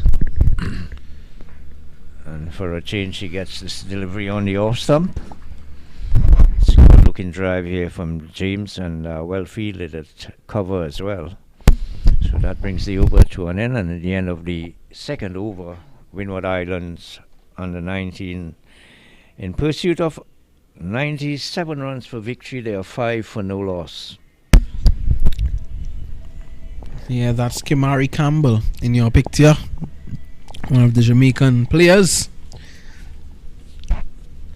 And this is a massive opportunity for these young ladies as they look to progress in their careers. At the end of this tournament, of course, the West Indies Women's Under-19 Rising Stars squad will be selected for a proposed international Under-19 series against the United States in Lauderhill, Florida in early August. So that's something for them to look forward to. That's why many of these girls would want to have a good showing in this tourney. And it's Kate Wilmot who is continuing from the southern end.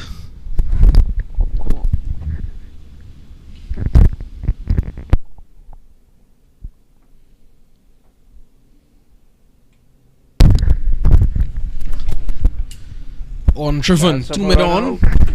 Oh no. Thought that mid-on fielder was very slow in getting off the mark and looking to effect a run out. I thought that the run out was on there because the ball reached her pretty quickly. And she is in the inner ring, so I thought that she should have had a shy at the non-striker's wicket. But she was very slow indeed and gave the batters enough time to complete a single. Wilmot has now conceded a run. She had a maiden in her first over. She now has none for one in her second over. She's starting a run up very wide, and she's going wide off the crease as well. And hence she's falling away to her left, and that one tailing down the leg side. If you look at how she's landing, she's just falling away to that left. And that's why the ball going down the leg side to the left-hander. Maybe you can analyze that a bit more. She had a pretty good first over. She was right on line. Didn't bowl any wides. Now she's changing up the angle a bit. She's going to come around the wicket now. She was over the wicket the previous delivery. And you can see that head just falling over to the left a bit as she lands that left leg.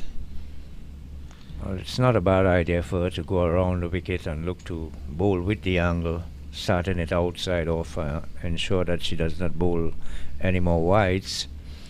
She should be getting it to come into the left-handed batter from around the wicket. She's got to be careful as well not to stray down the leg side with that angle. Like that? Yes, exactly like that. This is why she's got to start it way outside off some, because she's bowling with the angle. Once she starts it on the wicket, by the time it reaches the batter, it is going to be going down leg. She should be aware of that. Just need to start the ball on about that 4th, 5th stump line. Yeah, like about the 4th, 5th is exactly where she should be starting it. Not too full as well. One slip, very wide, almost a third slip. There's a third man as well. Short pull away in the gap.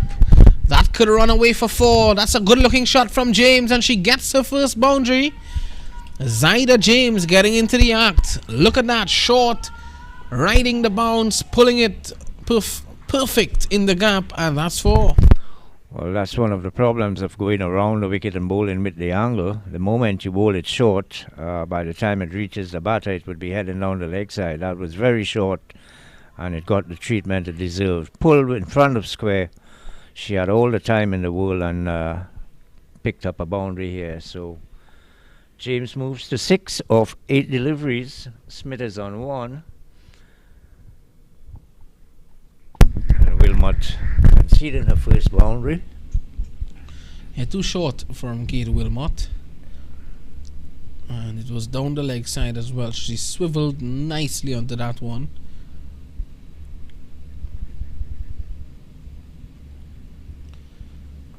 Flick this time. Not with real intent though, just dropping the bat on it, turning the wrist, and she gets 1. So that's good batting. You got a boundary in the previous delivery, and you just rotate the strike in the next. That's smart.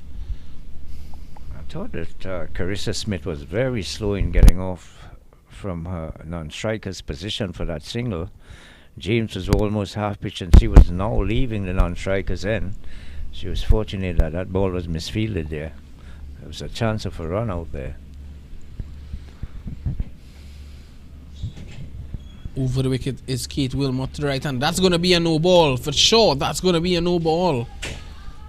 Yes, it's signaled so by the square leg umpire and acknowledged by the standing umpire, Kashif Sandy. And that was a horrible delivery there from Kate Wilmot. That one slipping out of the hands of Wilmot. And this is going to be a free hit.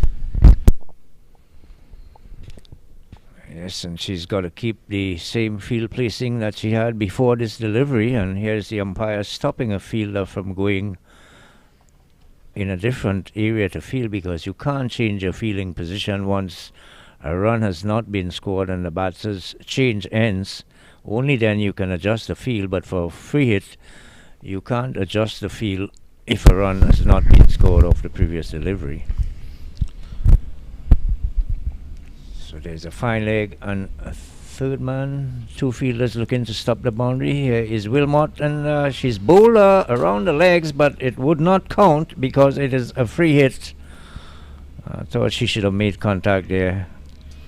Moving right across the stump. Have a look at this. Getting bowled around the legs. Well, did that went through a leg? I don't know. I don't know if it really passed behind. Have a look at it again here. That went Well, through yeah, a it leg went actually. through. Yeah. It went through her legs. I thought she was bowled around her legs because I thought it was the middle, the leg stump, but actually it was the middle stump. Your eyesight is much better than mine, Visham. I don't think so because I'm wearing glasses. Well, that should help. Yes, but still a good over ball there by Wilmot. She conceded a no ball, but nonetheless it was a good over. 83 now required from 102. And Smith is on 1, Krista Sky Smith, and Zyda James is on 7.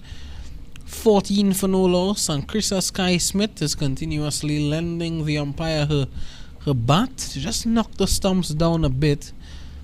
Did you do that in the past, Mr. Anil Raja, in your playing days? Were you someone to lend your bat to knock the stumps down if the umpire inquired? Yeah, well, we had no choice really, because you wouldn't want to tell the umpire or deny the umpire, because he's the man who is making the decision. So you always want to be on good terms with the umpire.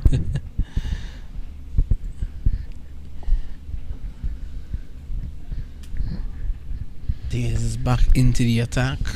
A ring of fielders on the offside. There's a mid-off, there's a short extra cover, there's a square cover, there's a backward point, and there's a third man down on the boundary. This is driven, not getting the timing that she would have liked. James dropped short of the fielder at short extra cover. It came off the ground actually. It was not a catch, it was a spectator's catch. On the onside there's a long on, there's a short mid-on, there's a mid-wicket and a backward square leg. James drives. This time she makes good contact, finds the gap. That's going to go away to the extra cover boundary for 4. Good looking shot to an over pitch delivery here by James, and she's off and running again here. So a good shot here from the Windward Islands captain, and that pushes the total on now to 18. They would need to keep scoring. They haven't been able to get a lot of runs in the early innings, in the early part of the innings. We're in the power play. Just 18 runs come in and we're in the 4th over, so they need to pick up the pace a bit here, because I'm sure that Jamaica's going to apply a lot of pressure coming in the back end of the innings. They need a good start. They have not lost any wickets in the first 3 to 4 overs, so that's a good thing, but they've got to keep scoring as well. How will John Eldares come back? That's a good delivery. Pitching it right up there. Not allowing Zyda James to get under it. Taking it a bit wider as well. Well, she's missed out on quite a few deliveries that she should have been scoring off, I thought, Zyda James. She got quite a few deliveries down the leg side and didn't make contact. And here as well, just that 1-4 that she struck through the covers in the previous delivery. She's got to be a little more short than that. And again, that was a full toss that she missed out on, Visham. Yes, she did. And the Jamaicans now making that field change after she drove that one through the cover region for 4. They have now put that sweeper on the offside, on the boundary. So they've given some added protection here. The captain giving herself some protection. Jonelle Dares. She has a very interesting run-up as well, Jonelle Dares. She skips from left to right, or right to left as the case may be, as she runs in.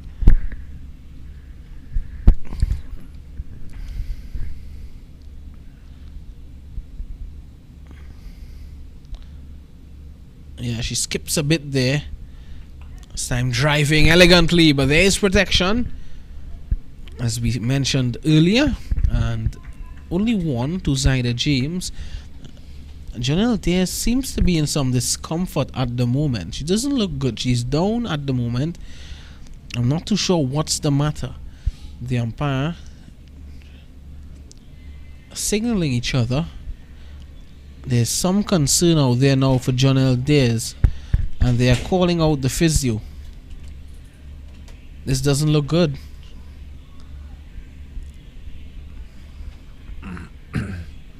Well, let's hope that she can recover quickly, because something is obviously hampering her. And physio is now out there with her. It's indicating that the left leg seems to be bothering her. Well, on a number of occasions she's had false starts. She's aborted a run-up, as you said, on 3 occasions if I remember correctly, and now for the final time she is down for the count. So we'll have to wait and see. We hope that she gets up quickly, and it looks as though she will. Yes, she is, and she may be coming off the field. Yes, she is actually coming off the field, so that's not good. The captain of Jamaica is going to be coming off the field after bowling her second over. Just 10 runs conceded in her 2 overs, and she's ordering her troops as she leaves. And we want to wish her all the best as she, and hope that she gets back on the park quickly, and wish her all the best as she looks to recovers in the best possible fashion. So that doesn't stop play out in the middle though. Well, Windward Islands are not in a bad position. 19 for no loss after 4 overs. They started with a required run rate of just under 5 runs and over. So it's not a big asking run rate.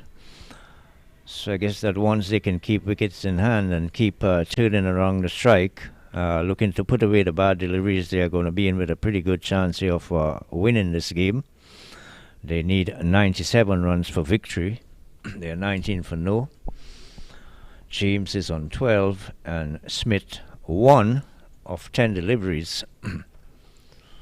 So we saw the captain Dares having to leave the field with some sort of leg injury. Yeah, now it's going to be Cade Wilmot, not Keith. Keith bowled earlier from that end, so it's going to be Cade taking up the attack, replacing Keith Wilmot from that end, the southern end of the Lara Cricket Academy. And she's going to come over the wicket. She is left arm medium pacer. She's going to come over the wicket to Zyda James.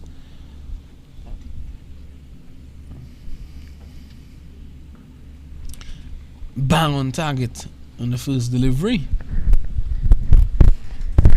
Well, I think that the captain of the Windward Islands, Zyda James, would have to play a very long innings here and try to get her team over the line, because she obviously is one of the leading batters on her team. She of course bowled excellently with her left arm orthodox, so they would be dependent on her to really stick it out there, put away the bad deliveries, and ensure that she can take her team very close to the target. That's a wide delivery here from Wilmot, way down the leg side, and Zyda James just watches it go by, and an extra is added to the total.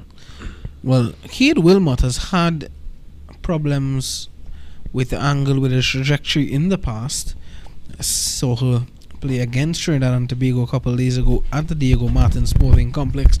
Of course, the game was abandoned after Trinidad and Tobago being 50 for 4 in 7 overs. Cade Wilmot had 2 for 17 in 2 overs in that game. And she's back on the money, yes, but she's had some problems. She's bowled a lot of wides in this tournament already, but when she gets it right, she certainly makes an impact. And that's what you want to see. But you want a bit more consistency from the left armer. She's a good bowler. Just needs to find that consistency in line and length, as the case may be. More so in line. This one turned away down the leg side again. And Kate Wilmot giving chase. That's actually not Kate Wilmot. That's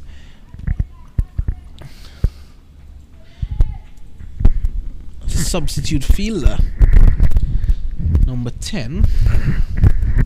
That was good running there from Zyda James. She was very quick off the mark for the first run and turned immediately and called for the second. So it's good to see the urgency here by the Windward Islands captain in her running between the wickets. Here's Wilmot.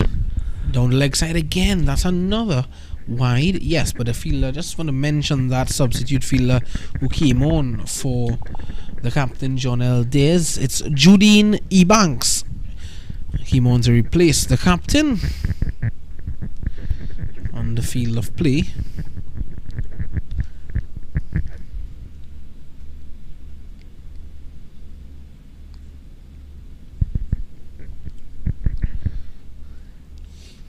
Again, another wide.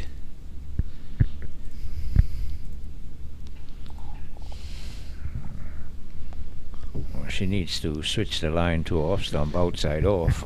She's drifting down the leg side and giving away easy runs here. So valuable runs that she should not be giving away. A ring of fieldsmen on the offside.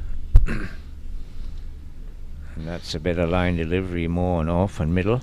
And Zyda James pushes it back to mid-on. No chance of a run here. 4 fielders on the onside. There's a fine leg deep and 3 in the inner circle from mid-on to behind square. On the offside there are 4 spread around the circle from mid-off to backward point, and there's also a deep third man. Here is Cade Wilmot. And on a good line as well this time, very well played, watchful there by Zyda James, coming forward, bat and pad close together. You wouldn't think it is a T20 with that ultra cautious defensive shot. Yes, solid as a rock there, Zyda James.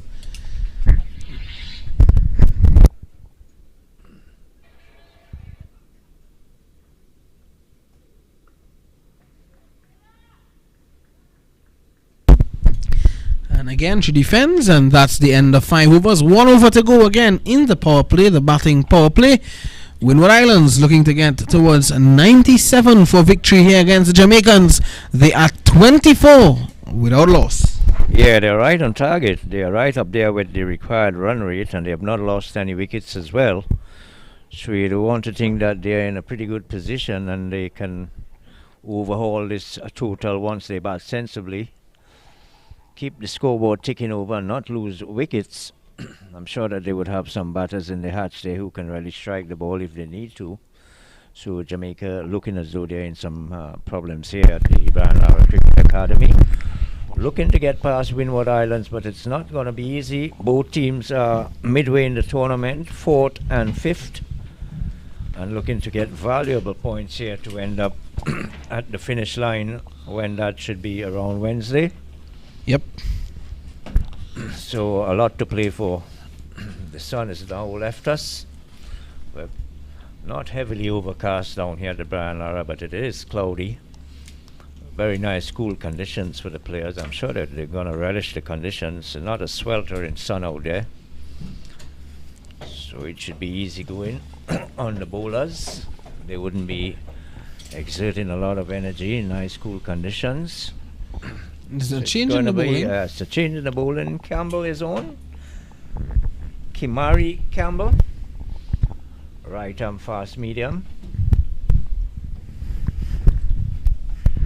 This is the final over of the power play. And she starts with a wide down the leg side. Signal by the umpire. She's got 4 on the onside, 5 on the offside. She'd have to stay away from down the leg. That's going to be signal wide. And try to bowl to the field that the captain has given her. Pretty strong off-sided field. Here she is again. This one's into the air. She could be out here. Krista Sky Smith. And she is. Campbell comes in, delivers a wide, and then she picks up a golden wicket of Krista Sky Smith. Smith has to go for one, and the score now 25 for 1. The Jamaicans beginning to get into their work. Look at it, a wide delivery outside the off stump, looking to strike that one away into the onside. Height, but no distance, and well, that was a good catch accepted there by Kate Wilmot. That's the end of Krista Sky Smith for 1. Yeah, that was a poor shot there attempted by Carissa Smith. She was nowhere near that delivery. She was very far from it. Just the bat was outside there and looking to hoist it. I don't know if it was over mid-on or back past the bowler. She just managed to get a top edge and it ballooned in the air for the fielder at cover. Wilmot, I think it was. Yes, to take a very simple catch here. So that's the fall of the first wicket. Just when I was saying that the Windward Islands are off to a good start, they have not lost any wickets. And they were within the run rate as well. They have lost their opening batter in Carissa Smith.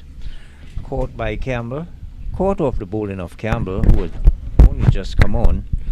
So Campbell making the breakthrough here for Jamaica. And no doubt will be looking to pick up some more wickets here, the Jamaicans. Zyder James is now on strike because the batter's crossed. They have now put out a deep mid-wicket for James as Campbell runs in. That's wide, outside off, and signal wide by the umpire. So again, wides and extras continue to make a very handsome contribution to the team's total. Here's that delivery again. I think that was on the line. But credit to the umpire there. The thing about it is it started on line. Yeah. So if it had reached the line before pitching, you could have given her an excuse. But once you start on the line and going further away, umpire is always going to signal a wide there. This is a better line delivery. Closer to Zyder James, and she has to just get on the back foot and open the face. Plays it on the offside, no run. Deep extra cover on the offside and a deep mid-wicket on the leg side are the two fielders looking to cut the boundary. We are in the final over of the power play. I don't think that Windward Islands made sufficient use of the power play. They got just the 25 runs, I thought it was, after 5 overs. Yeah, similar start, but of course they lost the wicket. That's the only thing. And you can see there Zyder James moving across the stumps, and that's why I think the umpire didn't signal wide there. Yeah, because that delivery was much wider than the previous delivery that she signaled wide. But the fact that you make the point that you made, the fact that she was moving across to the line of the ball, probably gave the umpire the option not to signal a wide. Here's Campbell again. That's a good delivery.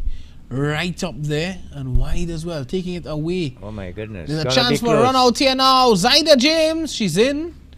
And Gordon collecting cleanly, but no chance of her pursuing a run out. So James is safe. Well, she needed a flatter, more powerful throw to effect a run out there. I thought the ball was very slow in getting back to the wicket keeper. Didn't have a lot of power in the arm to effect a powerful throw. Wicketkeeper for Jamaica, Tasha Gay Gordon, number 9. That was a well played shot by James. She waited on it and opened the face through cover and picked up 2.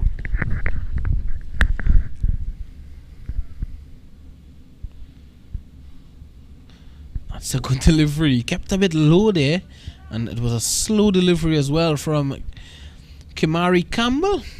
But well played, well watched onto the bat there by Zyder James. Came back in a bit to her. It's a good thing that she was very watchful, kept her eyes on it and played it defensively. James is on 16. It's another good delivery on the line of that off stump. And that completes the power play. 6 overs gone. 28 for 1. Well, Jamaica had a much better power play when they batted, and I think this is going to proved to be a crucial part of the game here, how quickly Windward Islands score. I don't think that the asking rate is much of a problem at the moment.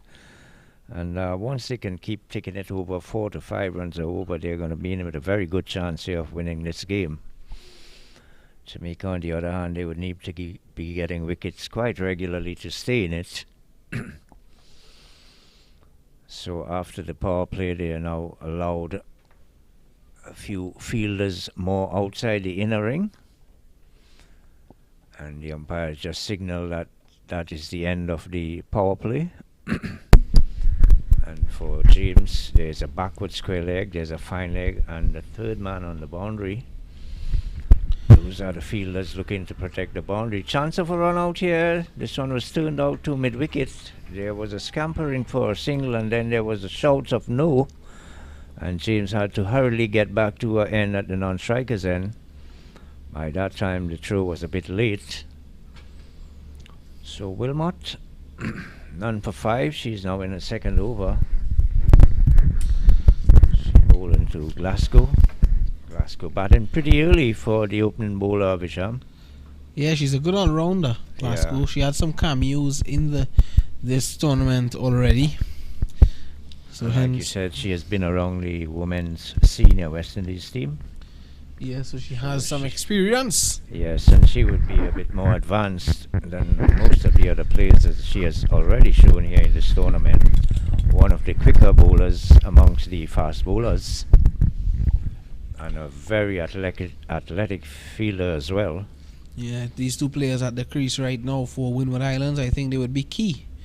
And this one down the leg side, it could run away, but there is protection. There is the fine leg fielder coming around. The keeper not doing good work there down the leg side. Not shuffling across and getting in behind that.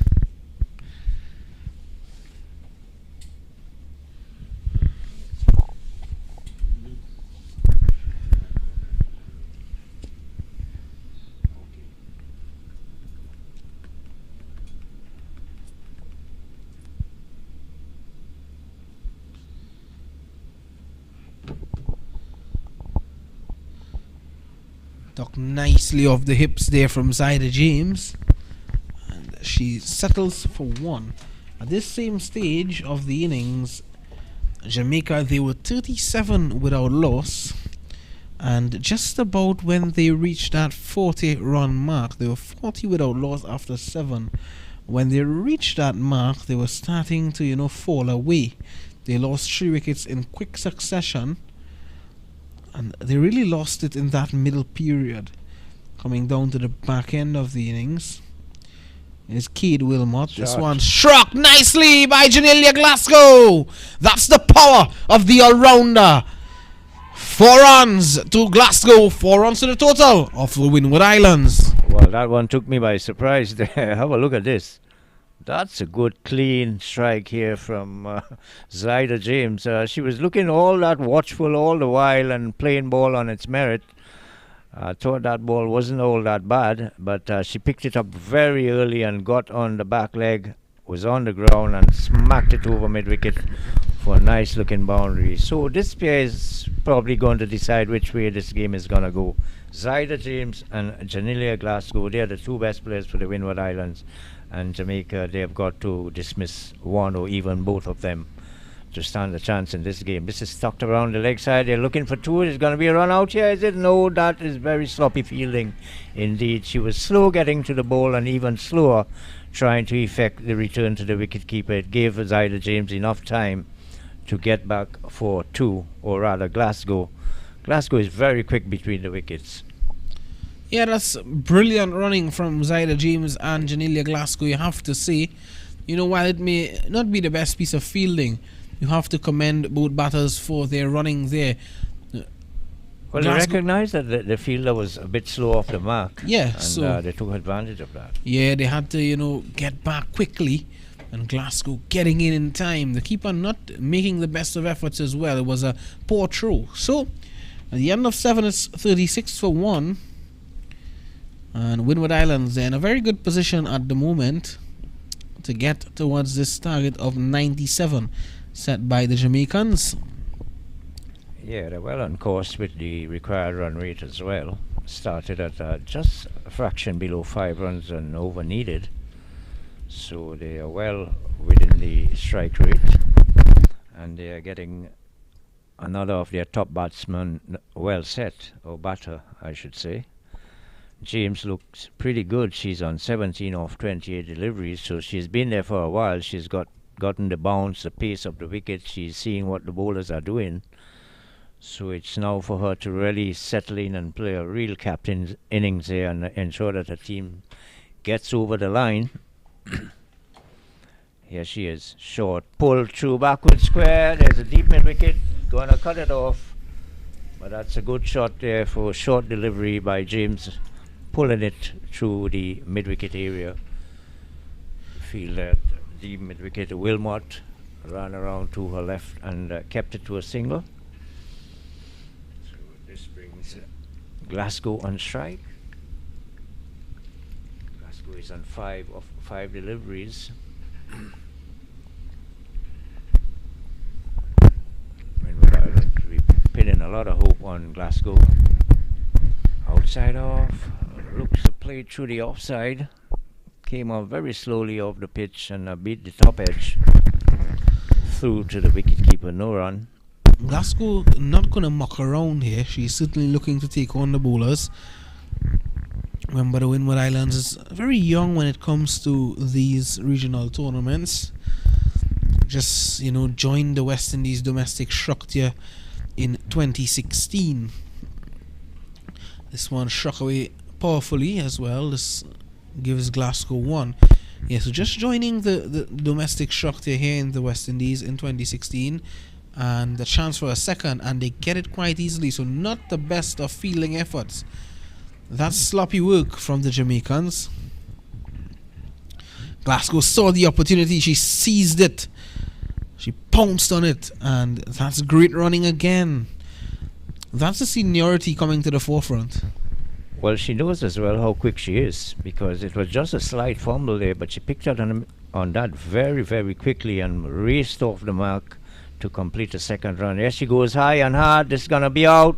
The wicketkeeper is getting under it, and she takes the catch. So that was not called for there by Janilia Glasgow, and she actually gave a wicket away. So that's a bit of poor batting here by Glasgow, and she's really put a team in a bit of bother here now, because I'm sure they would have been dependent on her for quite a lot. So that was a pretty loose shot. Looking to hoist it way back over the bowler's head, and just got the top edge and lost the wicket in the process. Yeah, and Tasha Gay Gordon, talk about that catch.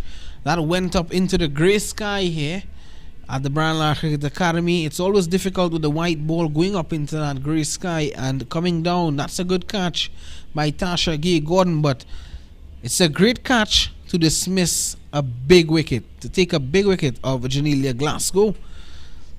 Glasgow, unfortunately, has to go for 7. And you would have really expected her and Zyda James to take this innings forward. James has seen 2 wickets fall around her. Krista Sky Smith and now Janilia Glasgow. And coming into the crease now is Marcelin, number 10, Namaya Marcelin, coming in to partner with Zyda James. And there are a number of the guys. There's 2 guys who are normally here at the Lara Cricket Academy, keeping the scene clean and painting, power washing, as the case may be.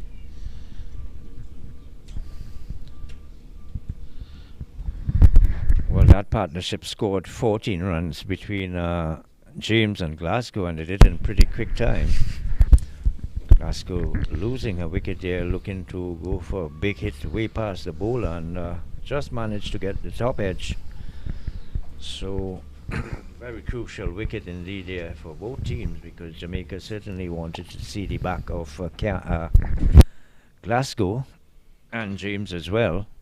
So that brings the over to an end. That's the end of over number 8. And at the end of that over, Windward Islands in pursuit of 97 runs for victory. They are 39 for 2. Yeah, Campbell striking in her 2 overs. 2 for 7 in 2. And maybe a change in the bowling coming from the southern end. Looks as though Kerry-Ann Spencer is making her way into the attack. No sign of spin just yet from the Jamaicans. The wicket was spinning a bit in the first innings, and as you mentioned earlier, the wicket is quite dry. Here's Kerry-Ann Spencer, Swan starting on that guideline and moving further away, so that's a wide. One of the easier decisions umpire Kashif Sandy has had to make today.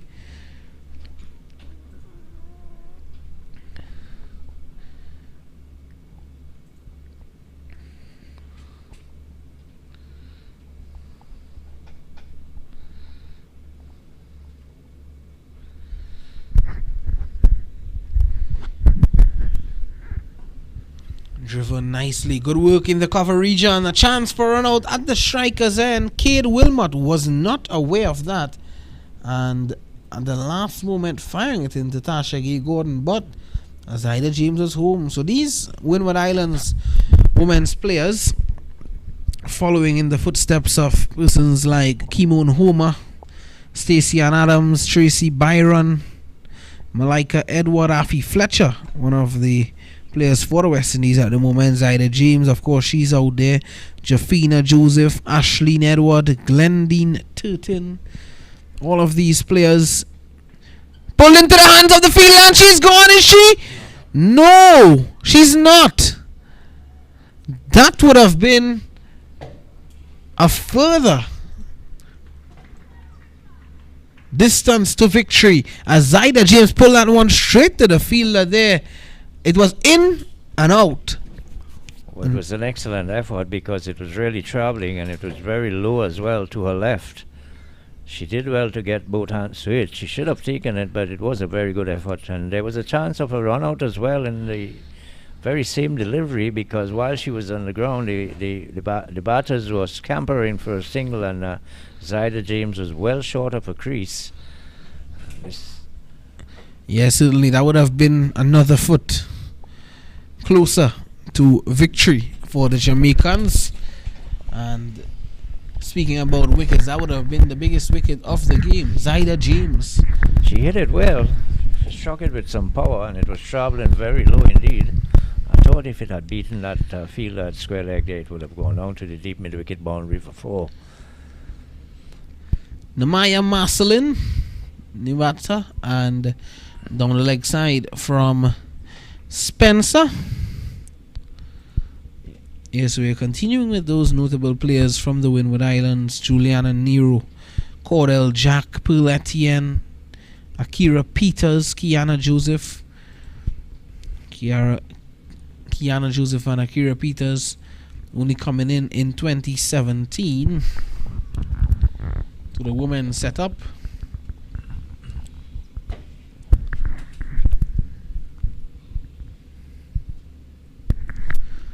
Again, another wide, so they are proving to be a bit expensive here in terms of extras, the Jamaicans.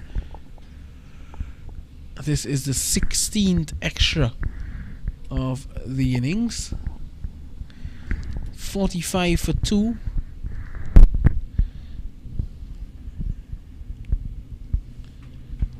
This stage, Jamaica was just 3 runs ahead, but 3 wickets they had lost. 48 for 3 they were. Coming back in that ball. I think Marcelin, what would be her job? I think it would just be, to rotate the strike and give that strike to Zyda James. That would be her role. If she gets the bad ball, I think she would, of course, be asked to put it away. But Zyda James has been in there for quite a while. 19 of 30 balls. Short, smashed. That could be 4. No, the fielder comes around. That's Gabrielle Bryan. And only 1. She hit it well, but there's a fielder down at the deep mid-wicket boundary. Kept it to a single, but that was short. And it was powerfully pulled by Marcelin, picking up a single. She looks like she can hit the ball quite cleanly as well, Marcelin.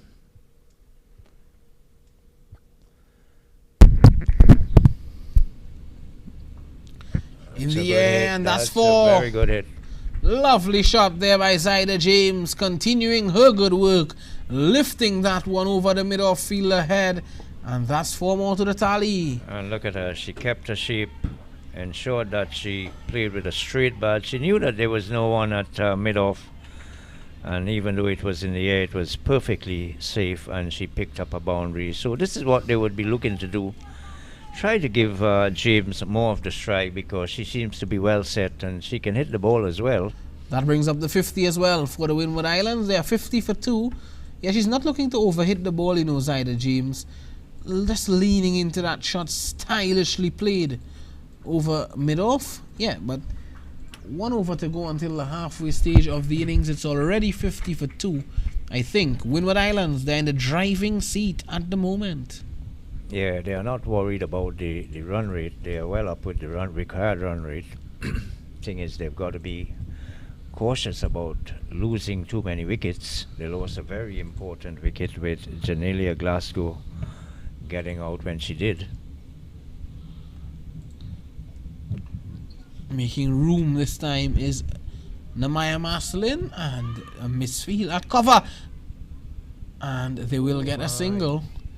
So a misfield leaking yet another run here.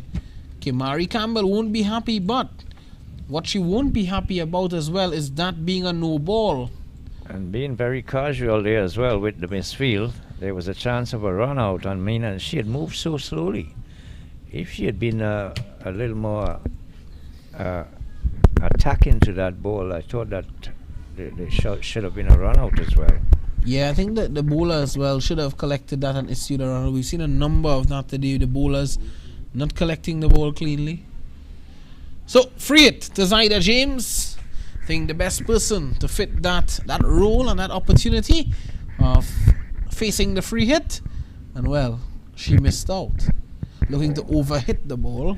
Yes, a lot of bottom hand in that shot. I thought she should have waited on that and really played it square on the offside. They are just too close in fieldsmen on the offside. Anyway, in the gap there, she would have picked up a boundary, but she was looking to tug it on the offside, on the onside from outside off, completely mistiming it. So you can see now the offside field being strengthened a bit. There's a cover point now being brought in. There's a backward point. There's a short extra cover and a mid-off. Short, and James gets on the back foot and plays it back along the wicket. I thought that she would have been looking to pull that delivery. She's been there since the start of the innings, so she's very well set.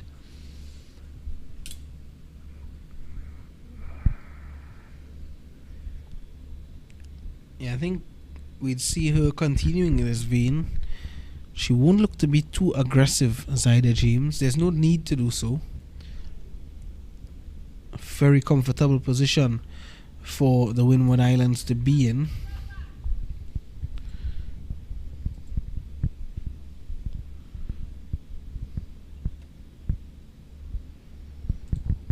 So after a very good effort with the ball from Captain Zyda James, she's now proving to be the main link to get them over the line in the batting. She's on 23.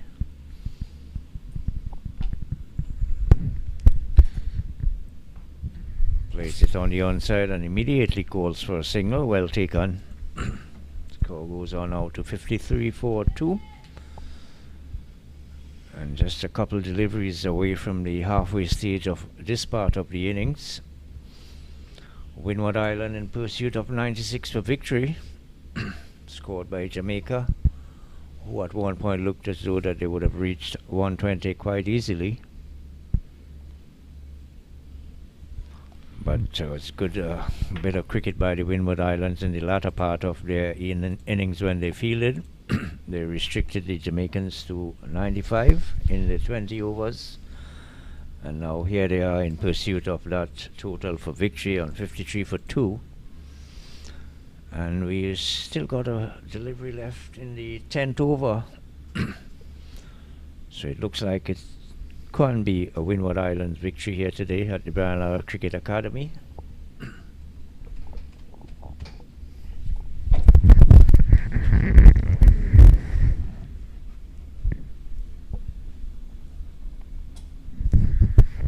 Final delivery until the water break. Swinging away from the batter. And at the end of 10, it's 53 for 2. Windward Islands, they require another 42 runs for victory. And looking at that batting score sheet for the Windward Islands, Krista Sky Smith, she finished on 1. Zyda James on 24, not out at the moment. Janelia Glasgow, she perished for 7. And Namaya Marcelin, she is on 4, not out. The bowling for the Jamaicans, Kamari Campbell, she has 2 wickets at the moment. There's Kamari Campbell starring with 2 for 10. And, well, the other pick of the bowlers just none for 9, none for 10, and Wilmot had none for 11 as well. So that's the situation. We'll join us back in about 5 minutes or so for more action.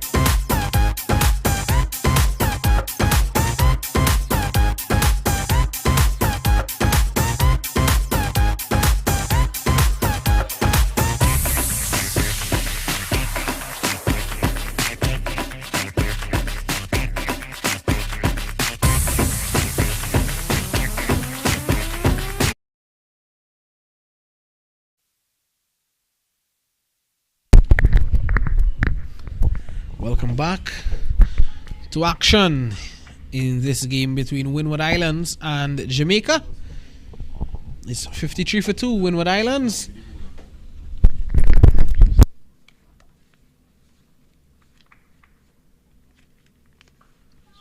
Pulled away. Wow. She got into a very strange position there, Kate Wilmot, to stop that ball. And she looks to be in some discomfort. She was struck on the arm. Well, she more or less was taking evasive action because that was struck with some power. And she got an awkward bounce as well.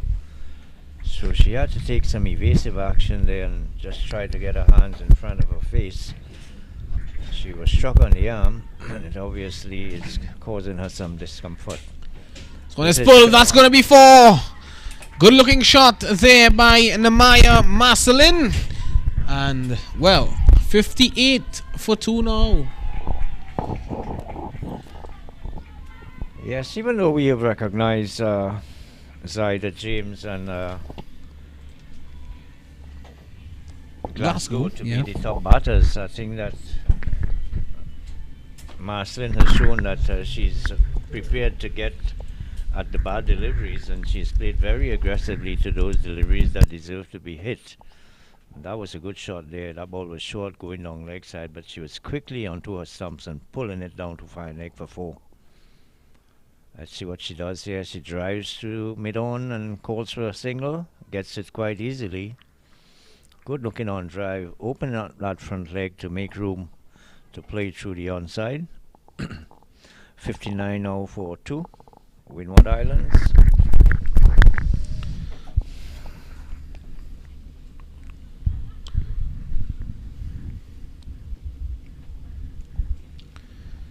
Changing the field for the left-handed James. So another fielder is brought over on the onside. Swung around down backward a square. That's going to beat the backward square leg fielder down there for 4 runs. That was way outside off stump, and that was a very good hit indeed from Zyda James. Picked it up very early and swung it behind square. Have a look at this here.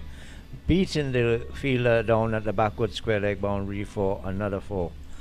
So good batting here by the Windward Islands. That's 2 boundaries coming in this over so far.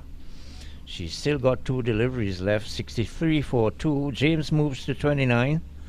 While Marcelin is on 9. Yeah, well, Judine E. Banks, the fielder not being able to get around.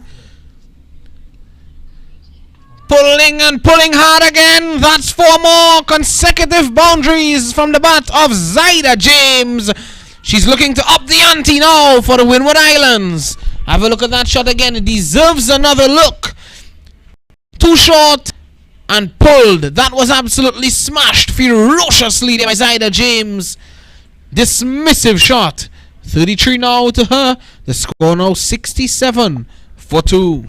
Good awareness here by James. Quickly onto the back foot and pulling it, as you said, with a lot of power. Ferociously hit there by James. The 3rd boundary in the over. Let's see if there's going to be a 4th.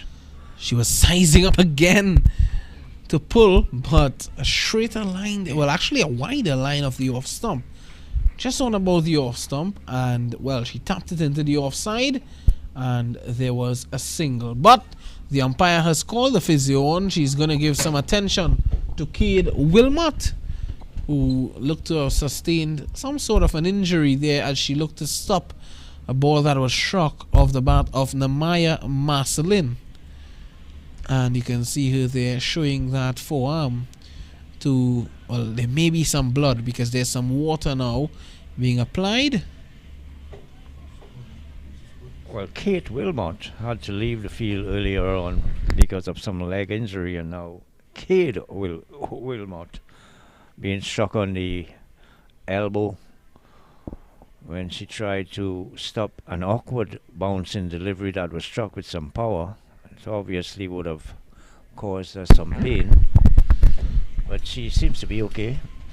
But that was a very productive over indeed for the Windward Islands, because they got 3 boundaries in that over, and that has to be the biggest over we have seen so far in the match. And, well, first sign of spin here now for Jamaica. Just looking to slow things down maybe. Windward's starting to race away to victory. And they have now introduced Anisha Miller, the short left, well, actually a short off spinner, coming into the attack. Well, at first delivery looked very interesting. I can't pick whether it was the normal off spin or it was a leg spinner. Oh my! Well, that one he was even more puzzling to me than the first delivery. That was down to fine leg. That was pitch outside leg, and it was swung around very fine indeed by James. picks up 2 runs. Seems to be bowling it off the front of the hand instead of the back, Visham. So you're probably right. She's bowling off breaks. Yeah, and difficult to really pick it from here. It's a very interesting action. We'll have a look at that again now. She gets into a 3rd delivery and she's bowling to Zaida James. Zaida James is enjoying her outing out there in the middle today, both with the ball and with the bat. Yes, certainly an off spinner, and this one is pulled away with some force, and that's 4 more. She's dealing in boundaries now. Zaida James, the captain of the Windward Islands. She moves on to 40. A poor delivery there from Anisha Miller. Too short, too wide down the leg side, and well, James made full advantage of it. It's now 76-2. Well, that seems to be a favorite shot because she's playing it extremely well. She's picking up the short delivery very early indeed and getting into position, and she's playing that pull shot with a lot of power as well. So you got to stay away from James's legs. You got to bowl her just outside off stump and force her to play in another area because she's very strong on the legs. She races on to 42 to 40 or 42 deliveries, and that ball goes away from her. And if you notice what James is doing, the ball not getting up because the bowlers are not quick, right? The ball not getting up, and as she's pulling, she's stooping, she's keeping very low, and she's watching the ball onto the bat. Another wide here from Miller. I think that James missed out there this time. She didn't go with the shot. At this stage, Jamaica, they were 63 for 3, and it looks as though it's looking a bit gloomy here at the Lara Cricket Academy now as we get to the final phase of this game. As for more, Zaida James again pulling hard, and well, this is not good bowling here by Jamaica, more so Anisha Miller. Yeah, have a look at that. Very, very strong in that area, and she's getting a lot of short deliveries on the legs, and she's picking it up very early and hitting it with a lot of power. So it's extremely poor tactics here by the Jamaicans to be bowling Zaida James around the legs and bowling so short as well. She's extremely well set. She's on 44 from an equal amount of deliveries, so she has really picked up the pace quite nicely here for her team, and they are within sight of victory here. 81 for 2. It's a better line here from Miller. You got to bowl her just outside off some there and force her to play through the offside. She doesn't seem to be so adept at playing through the offside as she is on the onside. So the end of over number 12, and at the end of that over, James is on 44 and Maslin is on 10. Windward Islands 81 for 2.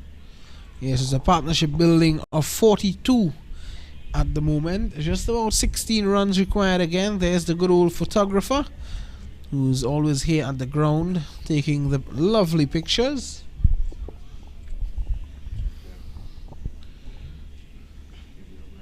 Gabriel Brand coming into the attack. Another spinner.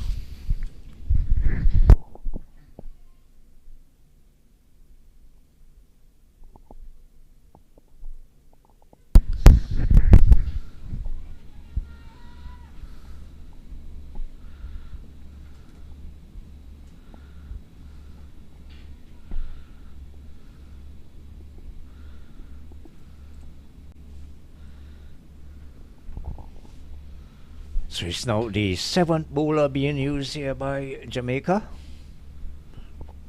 Brian, right arm off spinner, and oh my, an almighty swing at this one here from Nemaya Maslin. Missed it completely, it missed the stump as well. There's a deep mid wicket. There is a fielder straight back over the bowler's head, neither mid or long off nor long on. I wonder if you're allowed to field in that part of the field, Visham.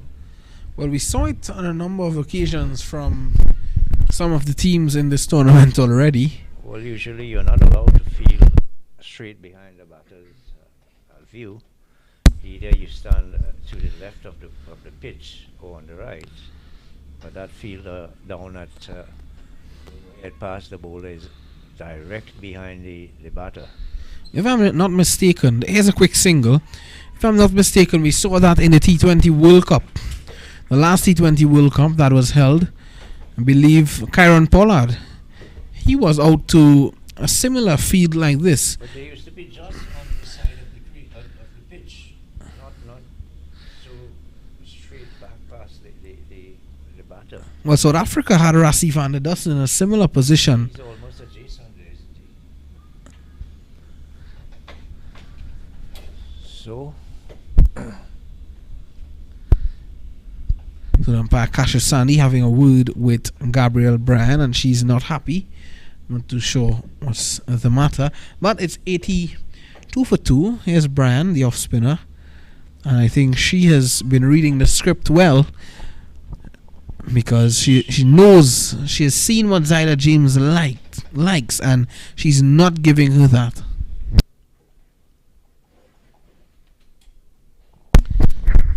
She's not bowling that ball too straight. She's getting it wide outside the off stump. She has protection out there as well.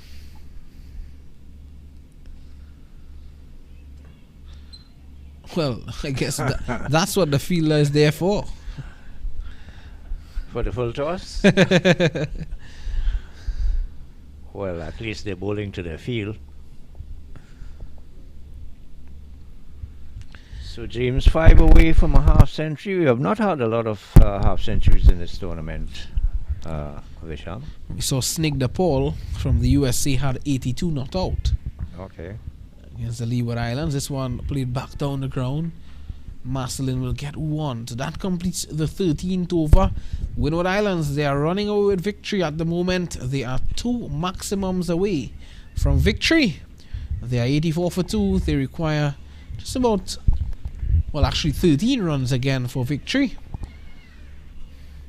And no doubt Zyla James would be named the player of the match, regardless of if the Windward Islands win or not, because her performance certainly has been way above all the other players that we have seen here today. She bowled extremely well, a magnificent spell. She had just the 1 wicket but conceded just 11 runs in the 4 overs, and she pulled things back quite handsomely for Windward Islands to ensure that Jamaica didn't get too far past 100, shutting them out for 96. And now here with the bat, she is on 45 of 47 deliveries, so pretty good strike rate as well. It's good to see Miller being given the opportunity again, despite not getting the radar right in her first over. Oh, that's an excellent delivery. Pitching coming back, but I think the fault there was to the batsman. She played on the back foot. I thought she should have been forward rather than going back. Here it is again. She should have been on the front foot. That ball was right up to her. She should have been driving that through cover, mid-off anywhere. Short pulling again. This time Marcelin. But Zyla James is on strike now, and she took a liking to Miller in her last over. Let's see. The game can be finished in this over if James continue in this vein. Well, you have to give Marcelin credit as well. When she came in there, she played a pretty good hand to give good support to Zyla James, and she herself, she's now on 13 of 16 deliveries. She didn't really stick around without scoring. She's kept the scoreboard ticking over, and she kept her wicket as well. And this is going to be signal a wide, would it? No, it was inside between the legs. Yep. All right. But Miller has not learnt anything in terms of seeing where James's strength lies, and that is on the leg side. She continues to bowl on the leg side. Most of her runs came backward of square. This is very short on the offside. Punch through mid-off. Call for a single. No, they've decided against it because the fielder at mid-off got a straightforward bounce and collected cleanly. So they decided against that single. So James retained strike. Much better over thus far from Miller. Oh, yes. Oh, that's a beautiful delivery right up there. The first New Yorker I've seen in the game thus far. It's come from a spinner. Anisha Miller. Only 1 run in the over at the end of 14. It's 85 for 2. James is on 45. Marcelin is on 13. Windwards, they require another 12 runs for victory. Yeah, just the 1 run coming in that over from Miller. Need a further 11 runs for victory. The Windward Islands, that is going to boost their standings in the tournament, because at the moment they lie at the number 5 position.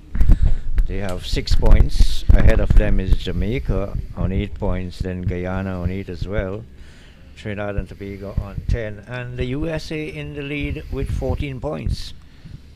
So, well, if Windwards can win here today, chance for run out, but I think she threw the ball at the wrong end.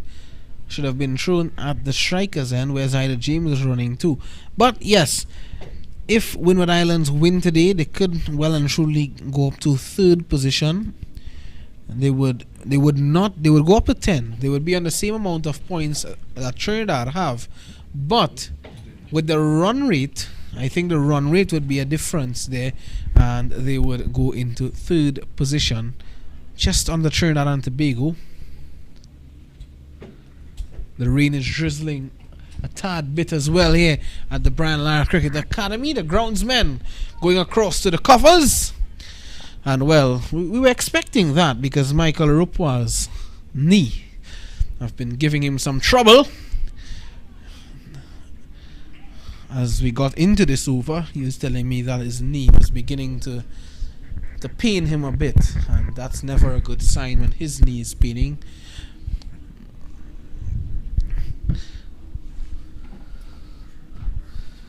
I don't think that the Windward Islands would be too much concerned with the rain, because if rain were to curtail this match, they would have already had a better run rate. And this is played down to the 3rd man area. Very well played indeed by Marcelin. Opening the face and running it past the backward point. The man at deep extra cover, the fielder at deep extra cover, had to run almost 25 yards to his right to cut it off from going into the 3rd man boundary, and they had time to pick up 2 runs, and that pushes the score on to 89 for 2.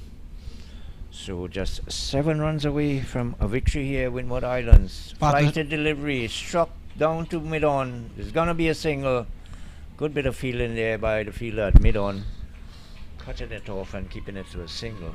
The pitch getting a substantial amount of moisture on it here now. The umpires looking as though they would play out the game. The 50 partnership as well coming up in the process. 7 runs required for victory here for the Windward Islands. 90 for 2. James is on 46. Shot. This one goes through the offside. She could get a 50 here. She does! Brilliant half century for Zyda James. The captain's knock here for the youngster. She raises the bat in acknowledgement, and her teammates in the dugout applauds her with delight. What a knock! This is certainly going to seal the deal for the Windward Islands women's under-19 team. A well-deserved knock for the captain. Oh, very well played. And what a shot indeed to bring up a 50. That was the shot of the match, Bisham. A square drive, and it would race the way square on the offside. There's a deep extra cover on the boundary, but she had absolutely no chance in getting that. She got her boot to it, but she was unable to stop it, and it brought up a well-played 50 for James, the captain of the Windward Islands team. Zyda James, how well she's played today. She bowled excellently, and she's played a match-winning knock here as well. 3 runs again to win here for the Windward Islands under 19. This one through the legs. They're gonna run 1. Will they look for 2? No chance of it. The fielder Anisha Miller. Well, actually, the bowler Anisha Miller, is it? Yes, it's Anisha Miller, the bowler.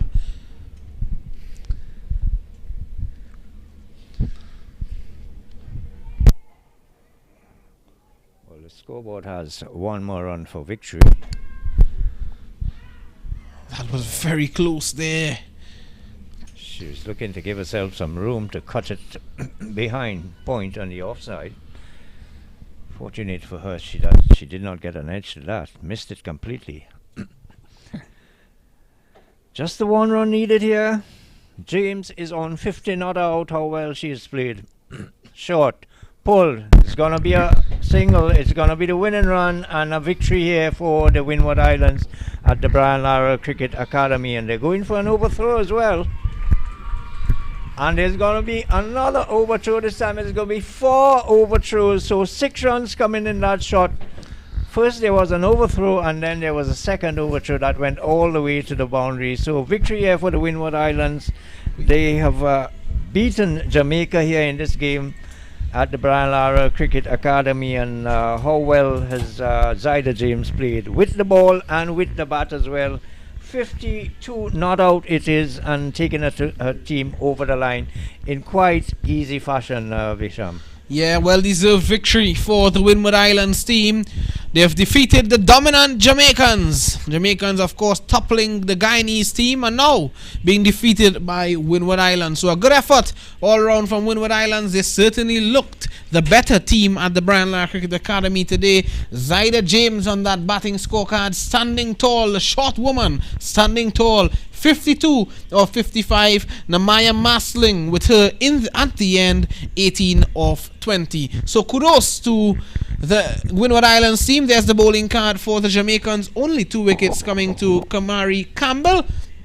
But congratulations to the Windward Islands team. Commiserations to the Jamaicans. And we want to wish the Windward Islands all the best as they move forward into the tournament. They have now gone up to 10 points.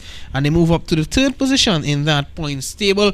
That's how the game ends here at the Lara Cricket Academy. Join us at 2:30 p.m. for coverage of Trinidad and Tobago versus Guyana. That's match 16 of this Cricket West Indies Rising Star Women's Under-19 T20 Championship.